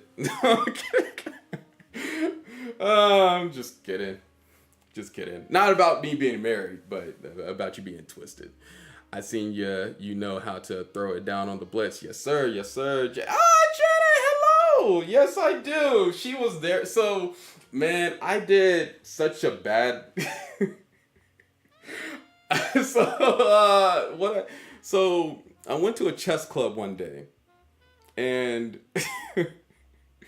I didn't know that they was hosting a tournament. And I was like, oh, cool. But usually at a tournament, you can still play chess around the section. And this tournament, it's in like a small hall. And so there wasn't like a lot of space and to like talk or whatever. And so my silly self decided to play a 3-minute blitz game. And the blitz game ended up us at the end, like, just trying to flag each other during a chess tournament where most people had like 30 minutes still on the clock. It was like in the beginning of a round that I decided to play a blitz game with like a really strong player. And so we was banging the clocks so hard where the arbiter had to tell us to stop playing the game. And I learned my lesson. Okay, during a chess tournament, it's probably not the right time to play a bullet match or a blitz game.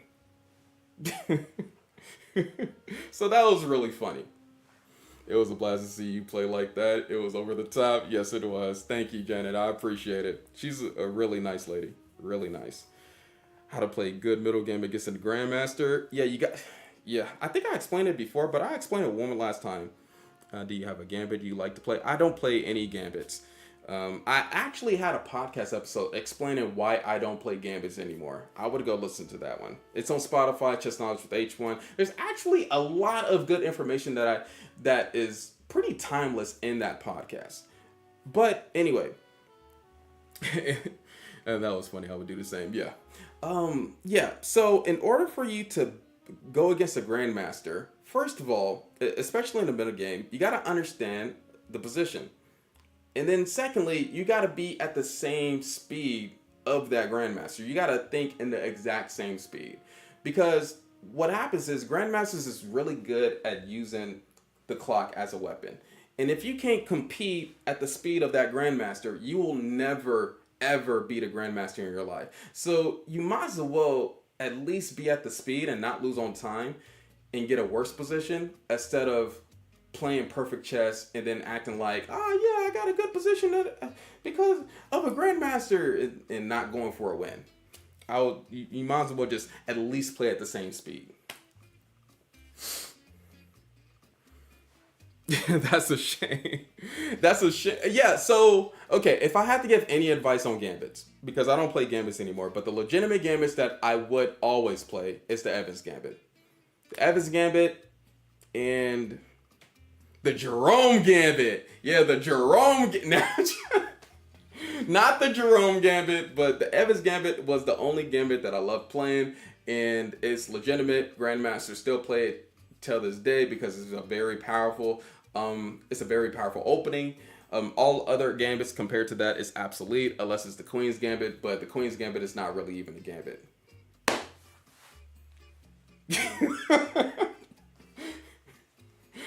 If you want to learn about gambits, like I said, I have over 1,000 videos on YouTube, and I have a whole playlist on openings.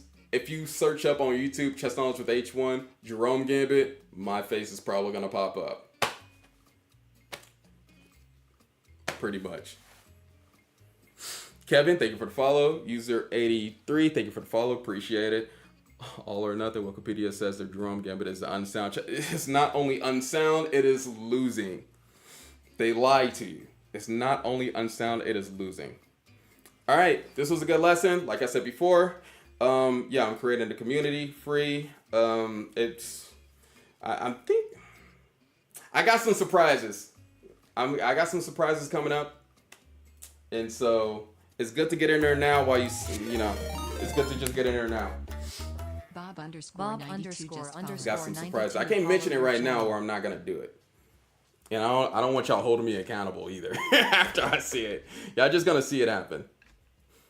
Okay, see y'all later. Till next time, see you tomorrow on TikTok. Bye. Come to the purple streaming platform. I guess that's what people are saying. If you want me to still answer some chess questions and watch me play Repo, because people over there want me to play a different game. All right, see you later on TikTok, but we're staying on the purple streaming platform. Bye. All right. Thank you. Yes, sir. Yes, sir. Everybody that's getting going on Twitch, see you later. This part is only for like 10 minutes. I like encouraging playing a different game, especially when you're losing in a lot of chess. And so this is what I encourage people to do, is just play a completely different game. I don't care if it's Tekken, I don't care if it's Street Fighter. You got to do something else. I don't care if it's a stroll or a walk in the park. You got to do something else. YouTube is still up. That is true. YouTube is still up. Should I keep YouTube up? Do you give relationship advice? Hit me. What relationship advice do you need? Specifically. I know there's a lot of people talking about man and woman relationships that are not married, but as a married man, and I've been married for 8 years with 2 kids, I could probably give you more advice than any single person giving advice on the internet. So hit me. What do you want me to say? What do you want to hear?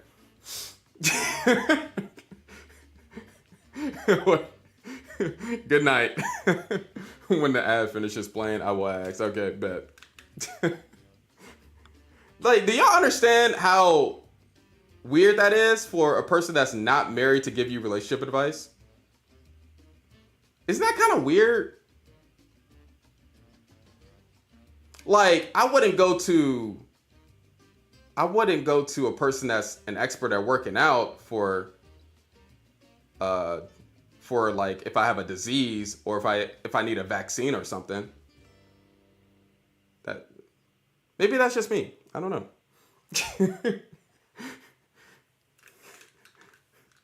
Does your wife play chess? Yes, she does. She knows the beginning moves, how the pieces move. She knows the game of chess. I don't know if she knows how to develop her pieces and whatnot, but she knows the game. Especially someone who was angry with you. No way, married for 8 years, you look quite young. Hey, you know, I gotta keep the young look. I try to do the best I can, but you know, these chatters keep on reminding me that I'm unk.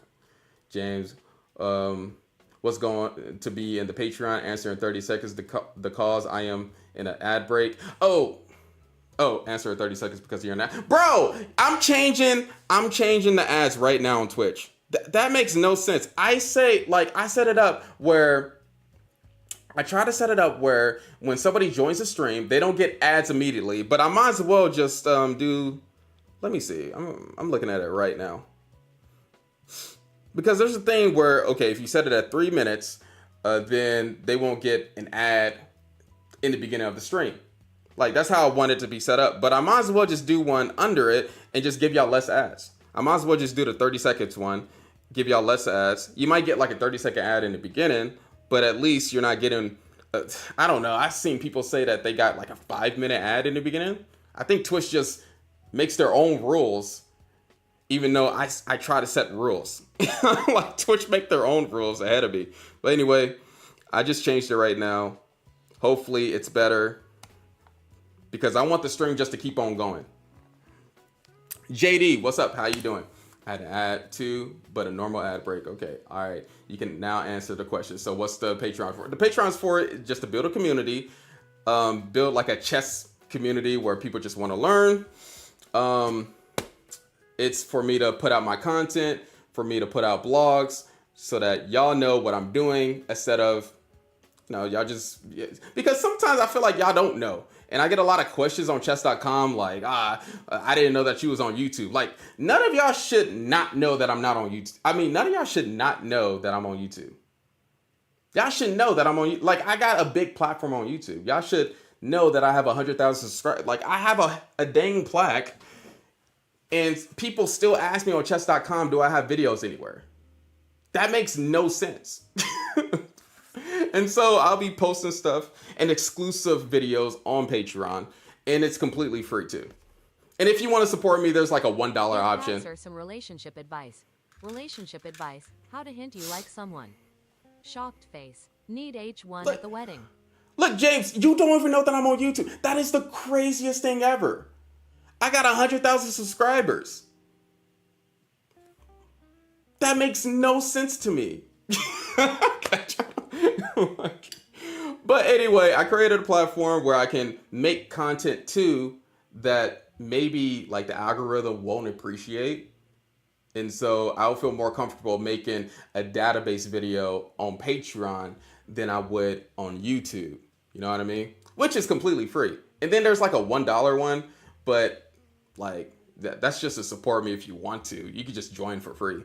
You won't be limited videos just because you do the free option.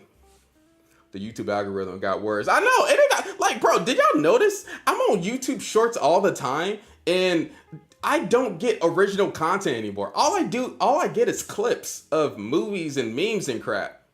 And I do I push uninterested on those clips. It's like, bro, where's the original content? I'm bored. It sucks. Colin being funny. It's like, you're on YouTube? I mean, you're on Twitch? I didn't know that. Do you usually stream? Yes, I'm going to start streaming Monday through Friday on Twitch. All right. We're going to do these lessons. We're going to be consistent. I will let you know on either Discord or the Patreon when I am not streaming. I'm going to try to be consistent on Patreon. I will say, hey, I'm streaming. So I'll make it where even on Patreon, you know when I'm streaming. But Twitch is usually good with that. I think most of you get an email on Twitch when I'm streaming or not. I could be wrong. But usually with the people that I'm following, I get a little email. The YouTube algorithm got worse. Yes, not inviting him to the wedding. Oh yeah, Pastor Gamer, you better invite me to the wedding. Have only seen your content suggested to me once on YouTube as a chess algorithm account. Yes, sir. Are you a professional chess player? I want to say it. What do you mean by that? Because I don't play competitively at chess tournaments. I teach chess and I play chess online. That's what I do. I create social media content to teach people how to play chess. All right, where's the relationship advice? Did we get some? Relationship advice, how to hint you like someone, need H1 at the wedding. Did he ask some advice after the ad? Did he? I have 3 daughters. Oh, snap, you have 3 daughters? Let's go. What are their ages? What are their ages? Mine's is, man, my oldest is just not getting into kindergarten. Man, dude, I don't usually talk about my kids a lot because I want to keep them away from the internet. But, bro, I got to tell y'all about this story. My kid watched Kung Fu Panda for the first time. And the first thing she thought of was, like, if a kid is mean to me, I'm going to be a dragon warrior at school. And I was like, please don't be... Don't, like, let's not hit other kids. Like, chill. Like, she is definitely a social person. How do you know when you should get married? Oh, okay. How you should know? I think you just know, right? You just know after a year or so, or like 6 months. I think the average. I think you should know after 6 months to 1 year, because that's when the normal becomes a little bit ordinary, and then both people stop pretending that both people start becoming their real selves after 6 months and 1 year. You start seeing things that you wasn't doing this in the beginning, you wasn't doing this the first 3 months, and so you start to see like little signs. Okay, well, maybe we can make this work forever, because that's the goal, right? Is to make it work forever, is to be married forever. Like, you get married to be together until death do you part. That's the goal. And so you need to look for qualities that fits within that goal. And you got to make sure that's her top priority too. Because clearly y'all seen some stories online. If that's not her top priority, then you're screwed. And it goes the other way around too. Don't get it twisted. It goes the other way around. I seen the worst side of both partners. All right. So that's why I'm going to create a YouTube channel called Relationship Knowledge with H1.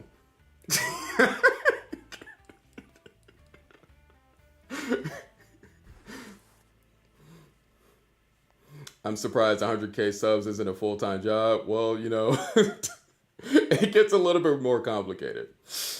How do I convince my husband to marry my girlfriend? Wait. How do I convince my husband to marry my girlfriend so that I can live with both of them? Ariana Gomez, I don't know if I can help out with that, bro. Let me just say I am not an expert in that, okay? Never mind what I said before that. Let me be more specific. I'm an expert at monogamous relationships.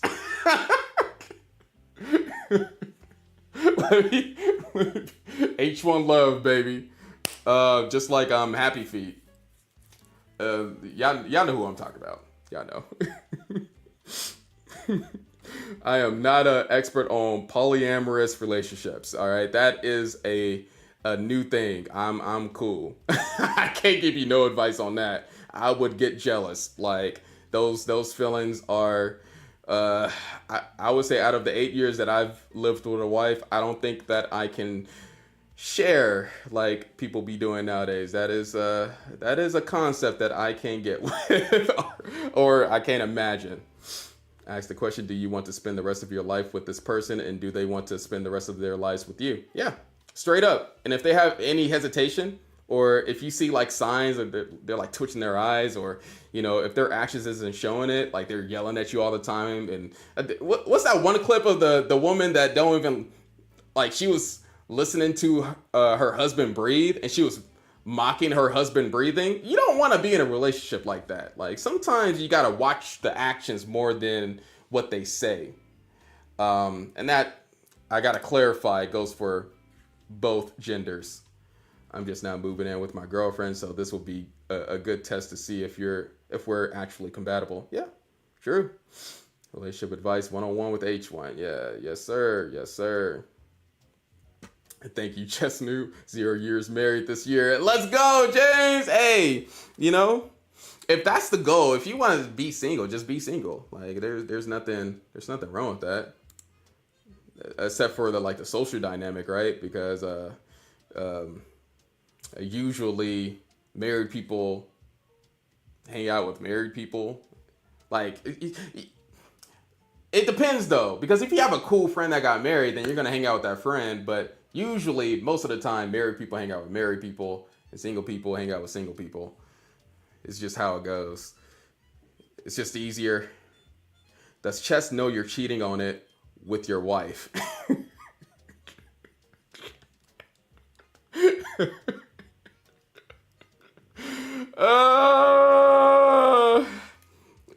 Chess was there first, but honestly, I guess technically, if you add Chess into my relationship, that makes me in a polyamorous relationship. Do not clip that. Don't clip that.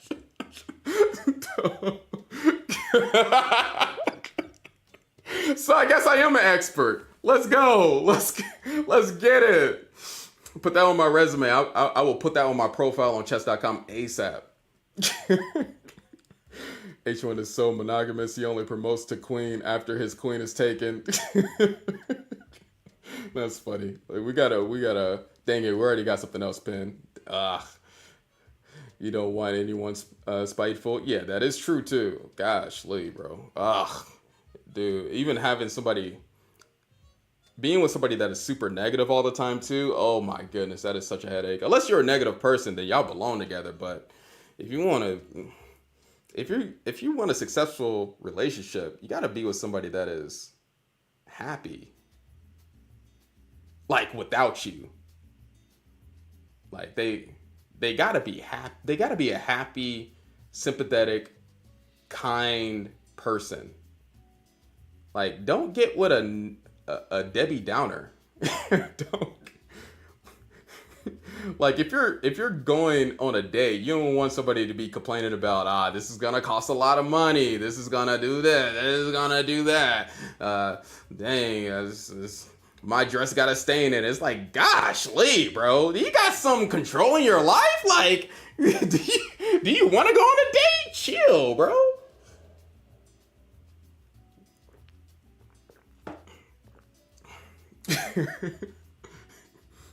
Oh my goodness, he clipped it. Gosh, Lee, I need to look at all the clips on my Discord. We need to start doing that again. H1, stop telling us not to do something. We will do it. I know. Here's the thing, though, prehistoric. If you still do it after I told you not to do it, you can't say that nobody told you not to do it. That's how it goes. Like, now you have the choice to either learn by experience. Learn by somebody telling you, or just learn by experience. Now you got the choice. Either choice is not even wrong either. Just one choice is harder, I would say. Fine, I'll start clipping before you tell me not to. Never loved chess. And advice from Fisher, I could never forget. You know he loved chess. You don't think Fisher was still studying variations after he was done with it? Man, I bet he studied every single day. I don't buy that at all. Somebody that was that involved into chess. Come on now. There's no way he just stopped playing. He probably kept up with all the tournaments too. Looks don't matter in the long run. That is true. That is true. Find someone who matches your energy. Yeah, that is a way to say it.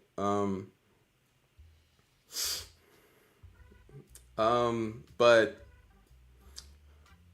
I think there's like a more, you know what? Never mind. Never mind.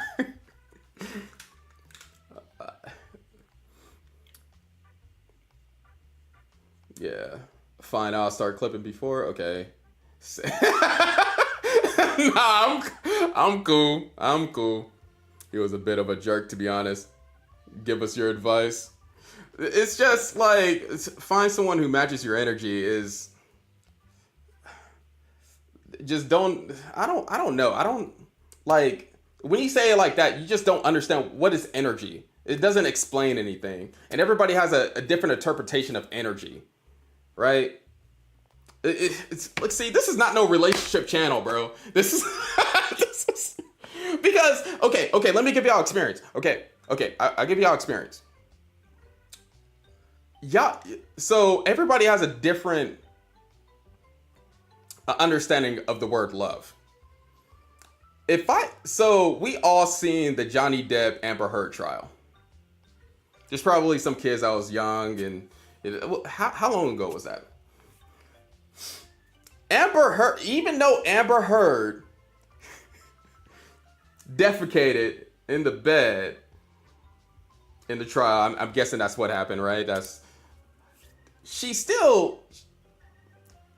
You can still technically argue that she loved him because you can still argue that she cared. So it's very important the words that you use. All right? Because somebody can have psycho love. That is a thing.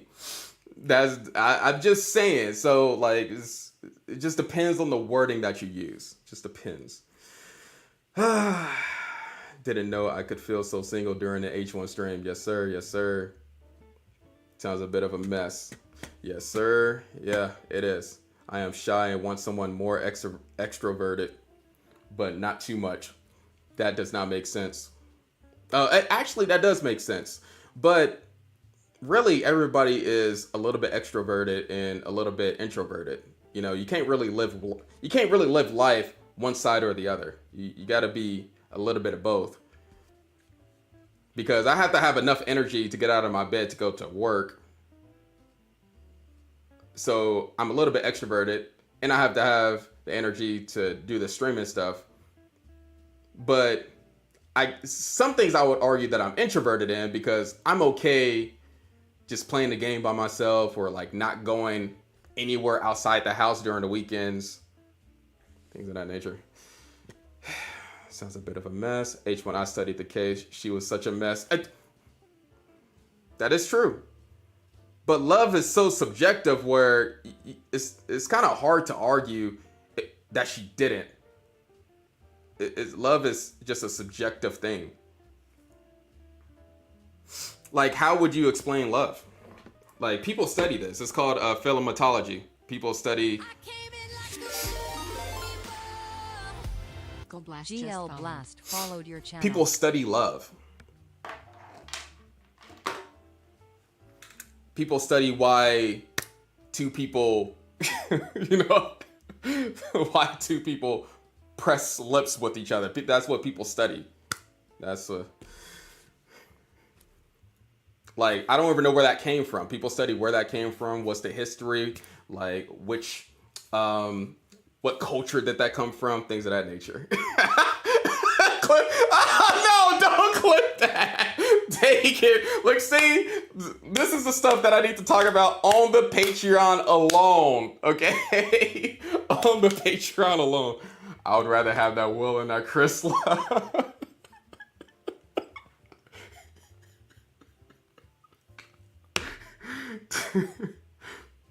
Bro, you know what? If we can get some Patreon streams up, I'll just be Unfiltered H1. I'll just be Unfiltered. Too late. We're taking a mission. While H1 is explaining stuff, when I explain the birds and the bees, nah, I'm not explaining the birds and the bees. I know. Nah, I'm good. Too many drugs in a depth herd marriage. Dude, you can be on drugs and still be in love. Now, is it a toxic love? Yes. But it's a Scotch Gambit Philidor defense, good open. Bro, I'm not even in that mindset, but yes, the Scotch Gambit and the Philidor defense are good openings. Just the only thing with the Philidor defense is such a passive opening. Sometimes it's not a natural opening where you can do the moves right off the bat. So you got to study a lot of the opening theory to play the Philidor defense, but it is a good opening. I'm the only one on YouTube. Oh, God. Yeah, I'm just not talking. I don't know. Like, if I check the YouTube chat. Let me see. If I check the numbers on YouTube. My computer wants to be slow right now. Oh, yeah, you are the only one talking. No drugs are okay. In moderation, they didn't moderate. I didn't hear you say to not clip. Don't clip it, please.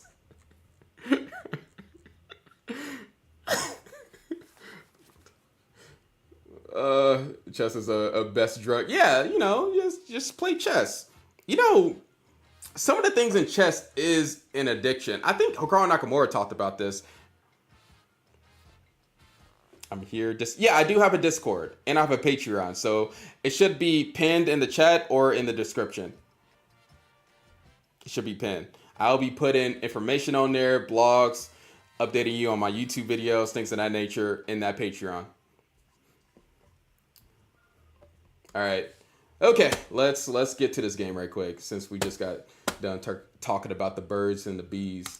Let's get to... Dude, I haven't opened up Repo in so long. I can still answer chess questions, but it will be during me playing this game. It's kind of scary. I don't know. I think I should be able to play this while answering chess questions. That's why I'm sober. Anybody one else lagging a bit? Is it lagging? You gotta restart. Is it okay that I banged my head on the table after losing H1? No, it is not. Hey, $2 donation. Let's go. Let's get it. Hey. Dude, we got a lot of donos today, man. Chess question. How does a knight move? Oh, yeah, we just did that one. The knight moves like that. The knight moves like that. So if you ever wondering how the knight moves, just clip that. It moves like that.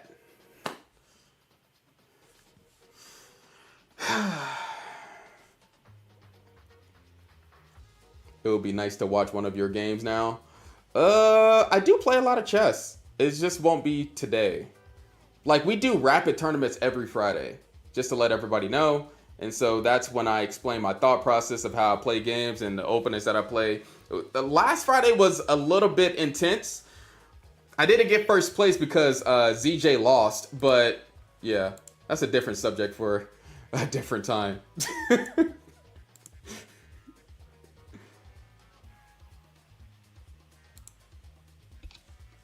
Oh, there he goes. Let me turn off the music. Like I said before, I will still be answering chess questions during this game. So this game is only like a 10-minute thing. I forgot which. Hey, another $2 super chat. Let's get it. Worst opening. Worst opening. There's a lot of bad openings. Oh, I really have to think about this. Worst opening. Dang, if I had to decide on a worst opening, it would have to be... Actually, the Jerome Gambit is really bad. Like, I would have to say that. Or no. Bone Cloud? Nah, it's not as bad as the Jerome Gambit. The cow opening is really bad too. But you can still kind of play at a high level, weirdly enough. So yeah, I would just have to say that Jerome Gambit, sadly. I have a suggestion for a chess video. If you haven't made one like it yet, show 2 different game styles and suggest 5 openings for one. Put it in the Patreon, Bob. Put it in the Patreon. Just send me that message. Cow openings, goat. Okay. Let's get into it. Let me set this up.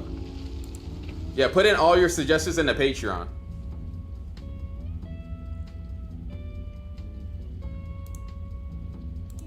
If you have any video ideas, just put it in there.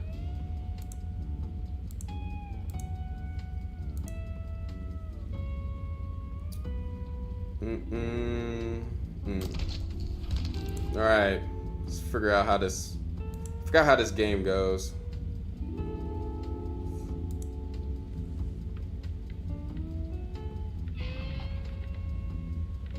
I think I do single player. All right, here we go. Roy Lopez is the best opening, unfortunately. It is a grown-up opening and one of the best, I will say, too. I like it. Can you show me the openings for that Gambit? I can show you the opening for that Gambit after this 10-minute segment right quick. I will show you. What openings do you like? Okay, he's asking him. H1 just a hater. No, I like the cow. I like the cow. The cow opening is good. It's decent. Do y'all see? Let me just make sure y'all see. Yeah, y'all see. Yeah, y'all see. Okay. I forgot how to play. Okay. Alright, do y'all got any more questions as I'm playing this freaky game?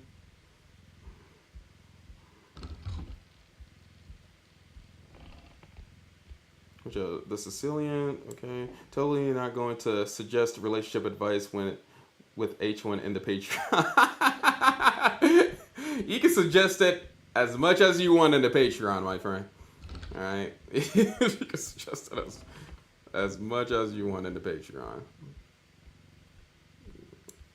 Oh, I'm supposed to be getting artifacts. I'm up here just walking around. Like, what am I doing? What the heck? Okay. E4, D4. I'm a D4 player. But I enjoy both openings. I wish I could play more E4 openings. Oh my.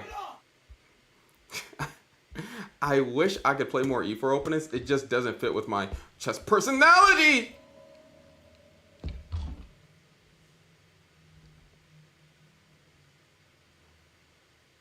Yeah, time to go back to scaring H1s. What's up, Bacon Pancakes? How you doing? Hey, Bacon Pancakes, I got a new Patreon. You got to join that. It's pinned in the comments. So make sure you join that. It's free, just to let you know. So, you know, it's just going to be chess content and blogs of me writing about how to become better at chess. And making videos of what y'all suggest. All right, can we, hey H1, you didn't answer. How long will it take to be a Grandmaster and should I go for it? How old are you? So, Ahmad Hamilton became a Grandmaster his late 20s. So, Get the hell out! Get out! Get out! Get out! Okay. Get out! Get out! So nobody really has an excuse of why you shouldn't be able to become a Grandmaster. Because I literally seen that. I seen it happen.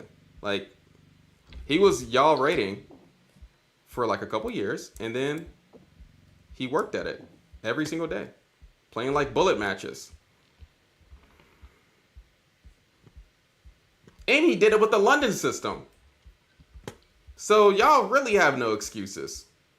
Like all the people that be like, well, the London system isn't a high level opening. He did it with the London system over the board.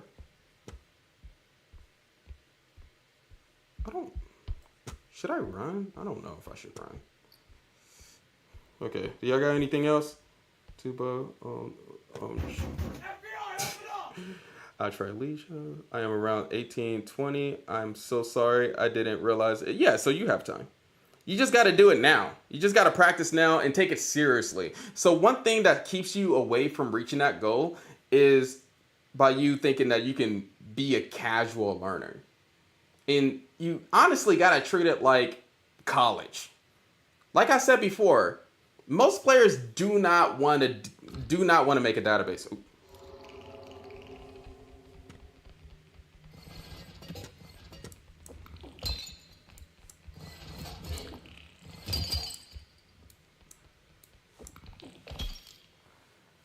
Like I was saying, most players do not want to make a database. Most players don't want to have that in-depth research in their opening. You got to do what players do not want to do. And if you could do that, you'll be golden. You can become a Grandmaster. I mean, even Magnus Carlsen said that you could become a Grandmaster.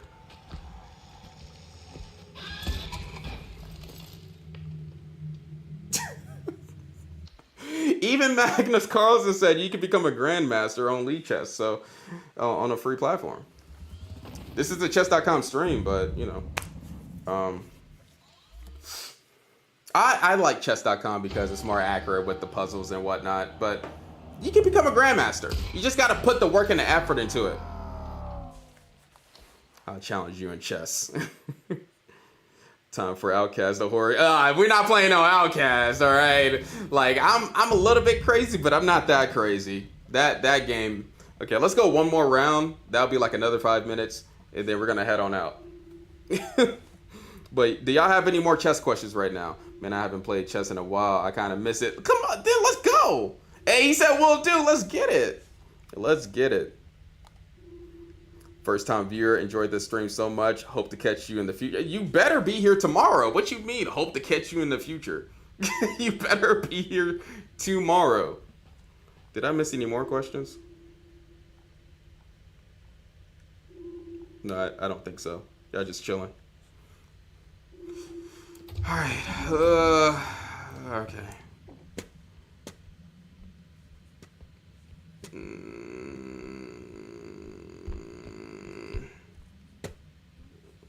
What is that thing?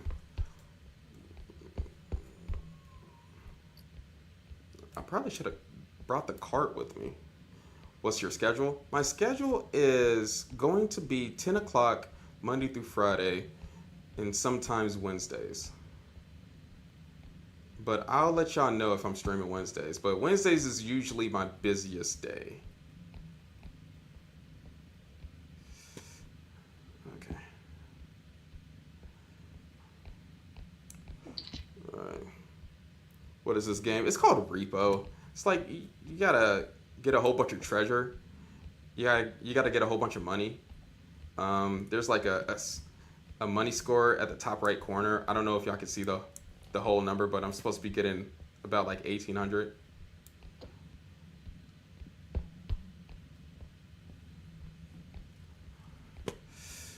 Okay. Sorry for taking a while. What is your rating? Okay.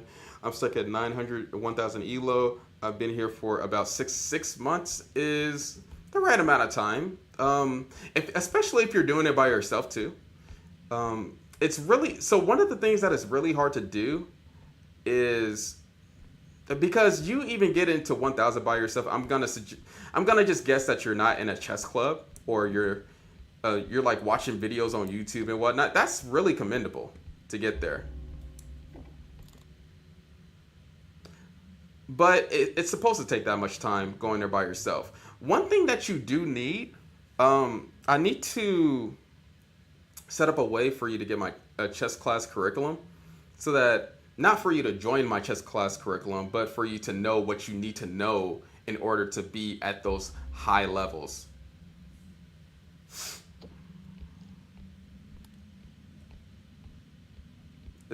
It's kind of a struggle though.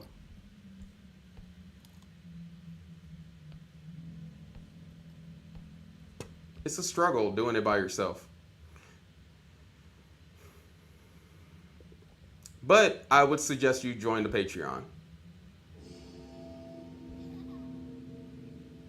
I would suggest you join the Patreon, and we can talk about that a little bit more in there. And we could discuss what you need to do.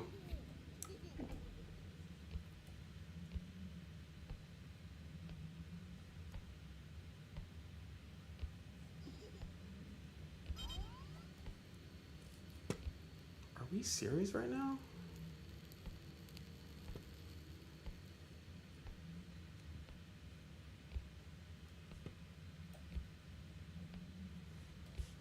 Like, bro. Like, I don't know, bro. I'm not a punk, so I'm gonna stand up, but like,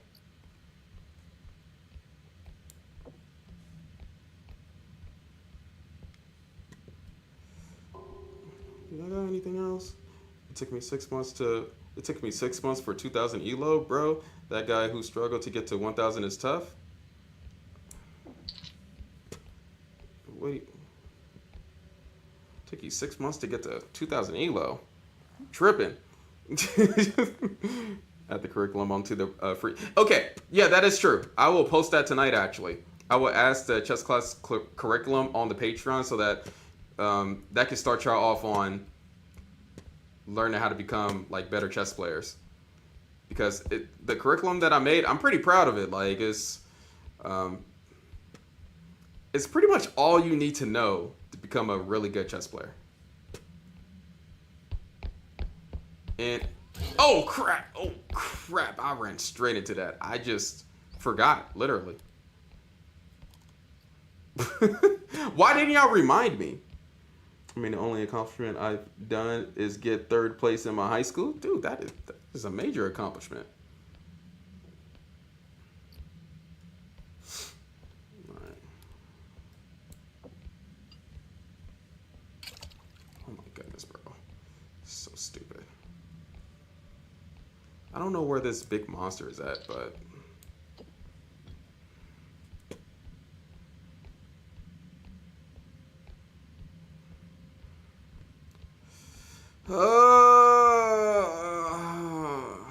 Okay, there you go. Bro, stop saying crap. I think I could just like slide all the way to where I need to go. And then I can win this easily, right? But wouldn't it just be so much better if I just ran where I need to go? Yeah. Stop being a punk. Yeah, there we go.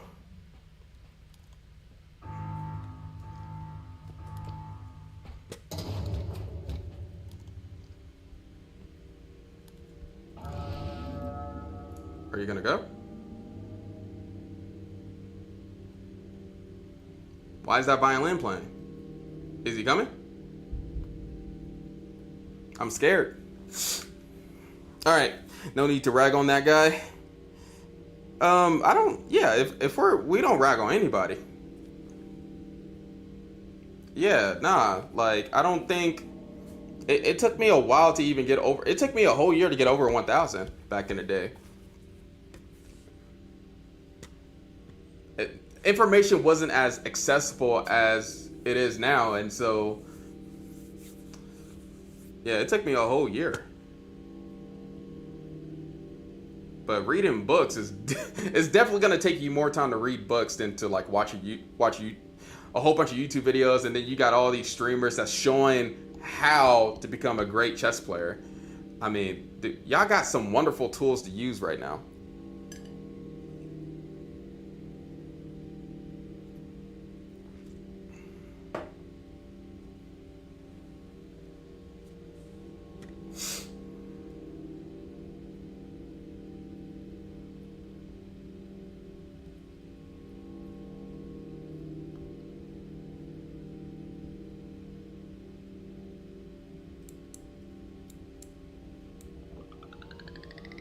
Alright.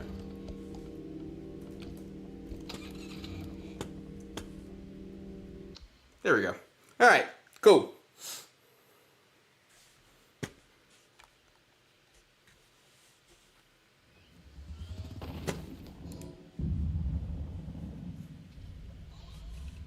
Alright.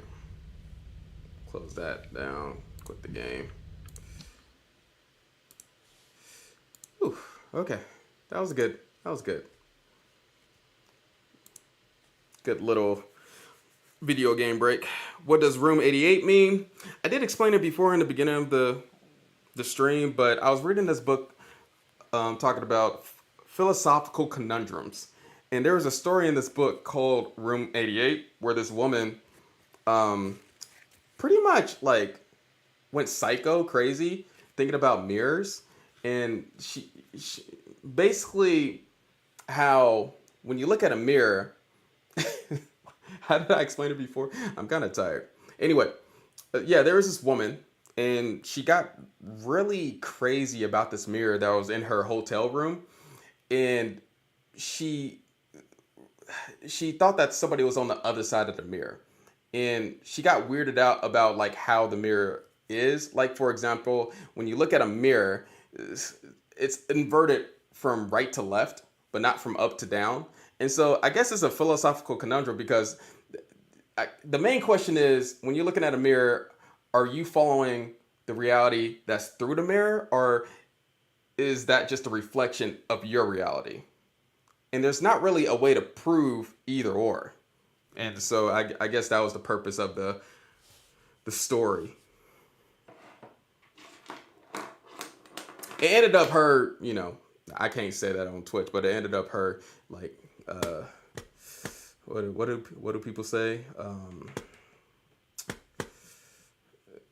Yeah, she just went psycho. Let's just end it at that. She just went psycho.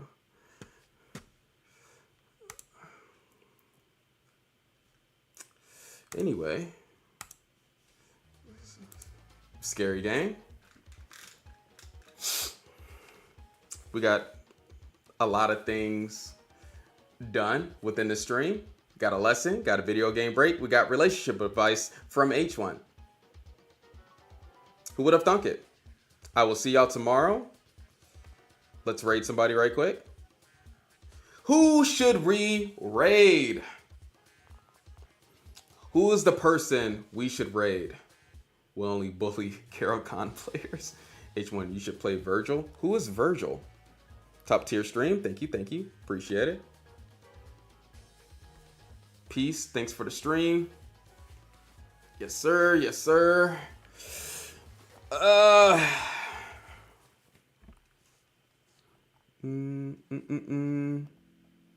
don't know. Who's streaming right now? Haley Black. Who is Haley Black? Is that a chess streamer? It's a game? Support smaller streamer? Yeah, of course. We always support smaller streamers. Who's Haley Black?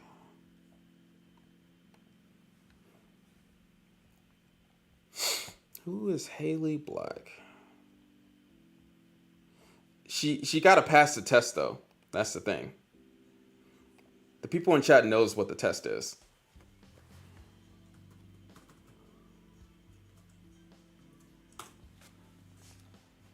Hopefully she passes. The high chest test. Yes. Hi, H1 chess. Hey, she passed it. Let's go. All right, all right. You got to make sure they don't call me high chess. Immediately reject it if they call me high chess. But she said H1 chess, so it's fine. It's fine. Hey, I think I know beginner. I know beginner players. Let's go. What's up? Let's rate them. Keep on fighting to the end. Staying focused in chess and in real life too. And I will see y'all later. See y'all tomorrow. You have cancer, Chris? Peace. I thought I'm you going to wanted sleep. remember that if you told me that. So, bye.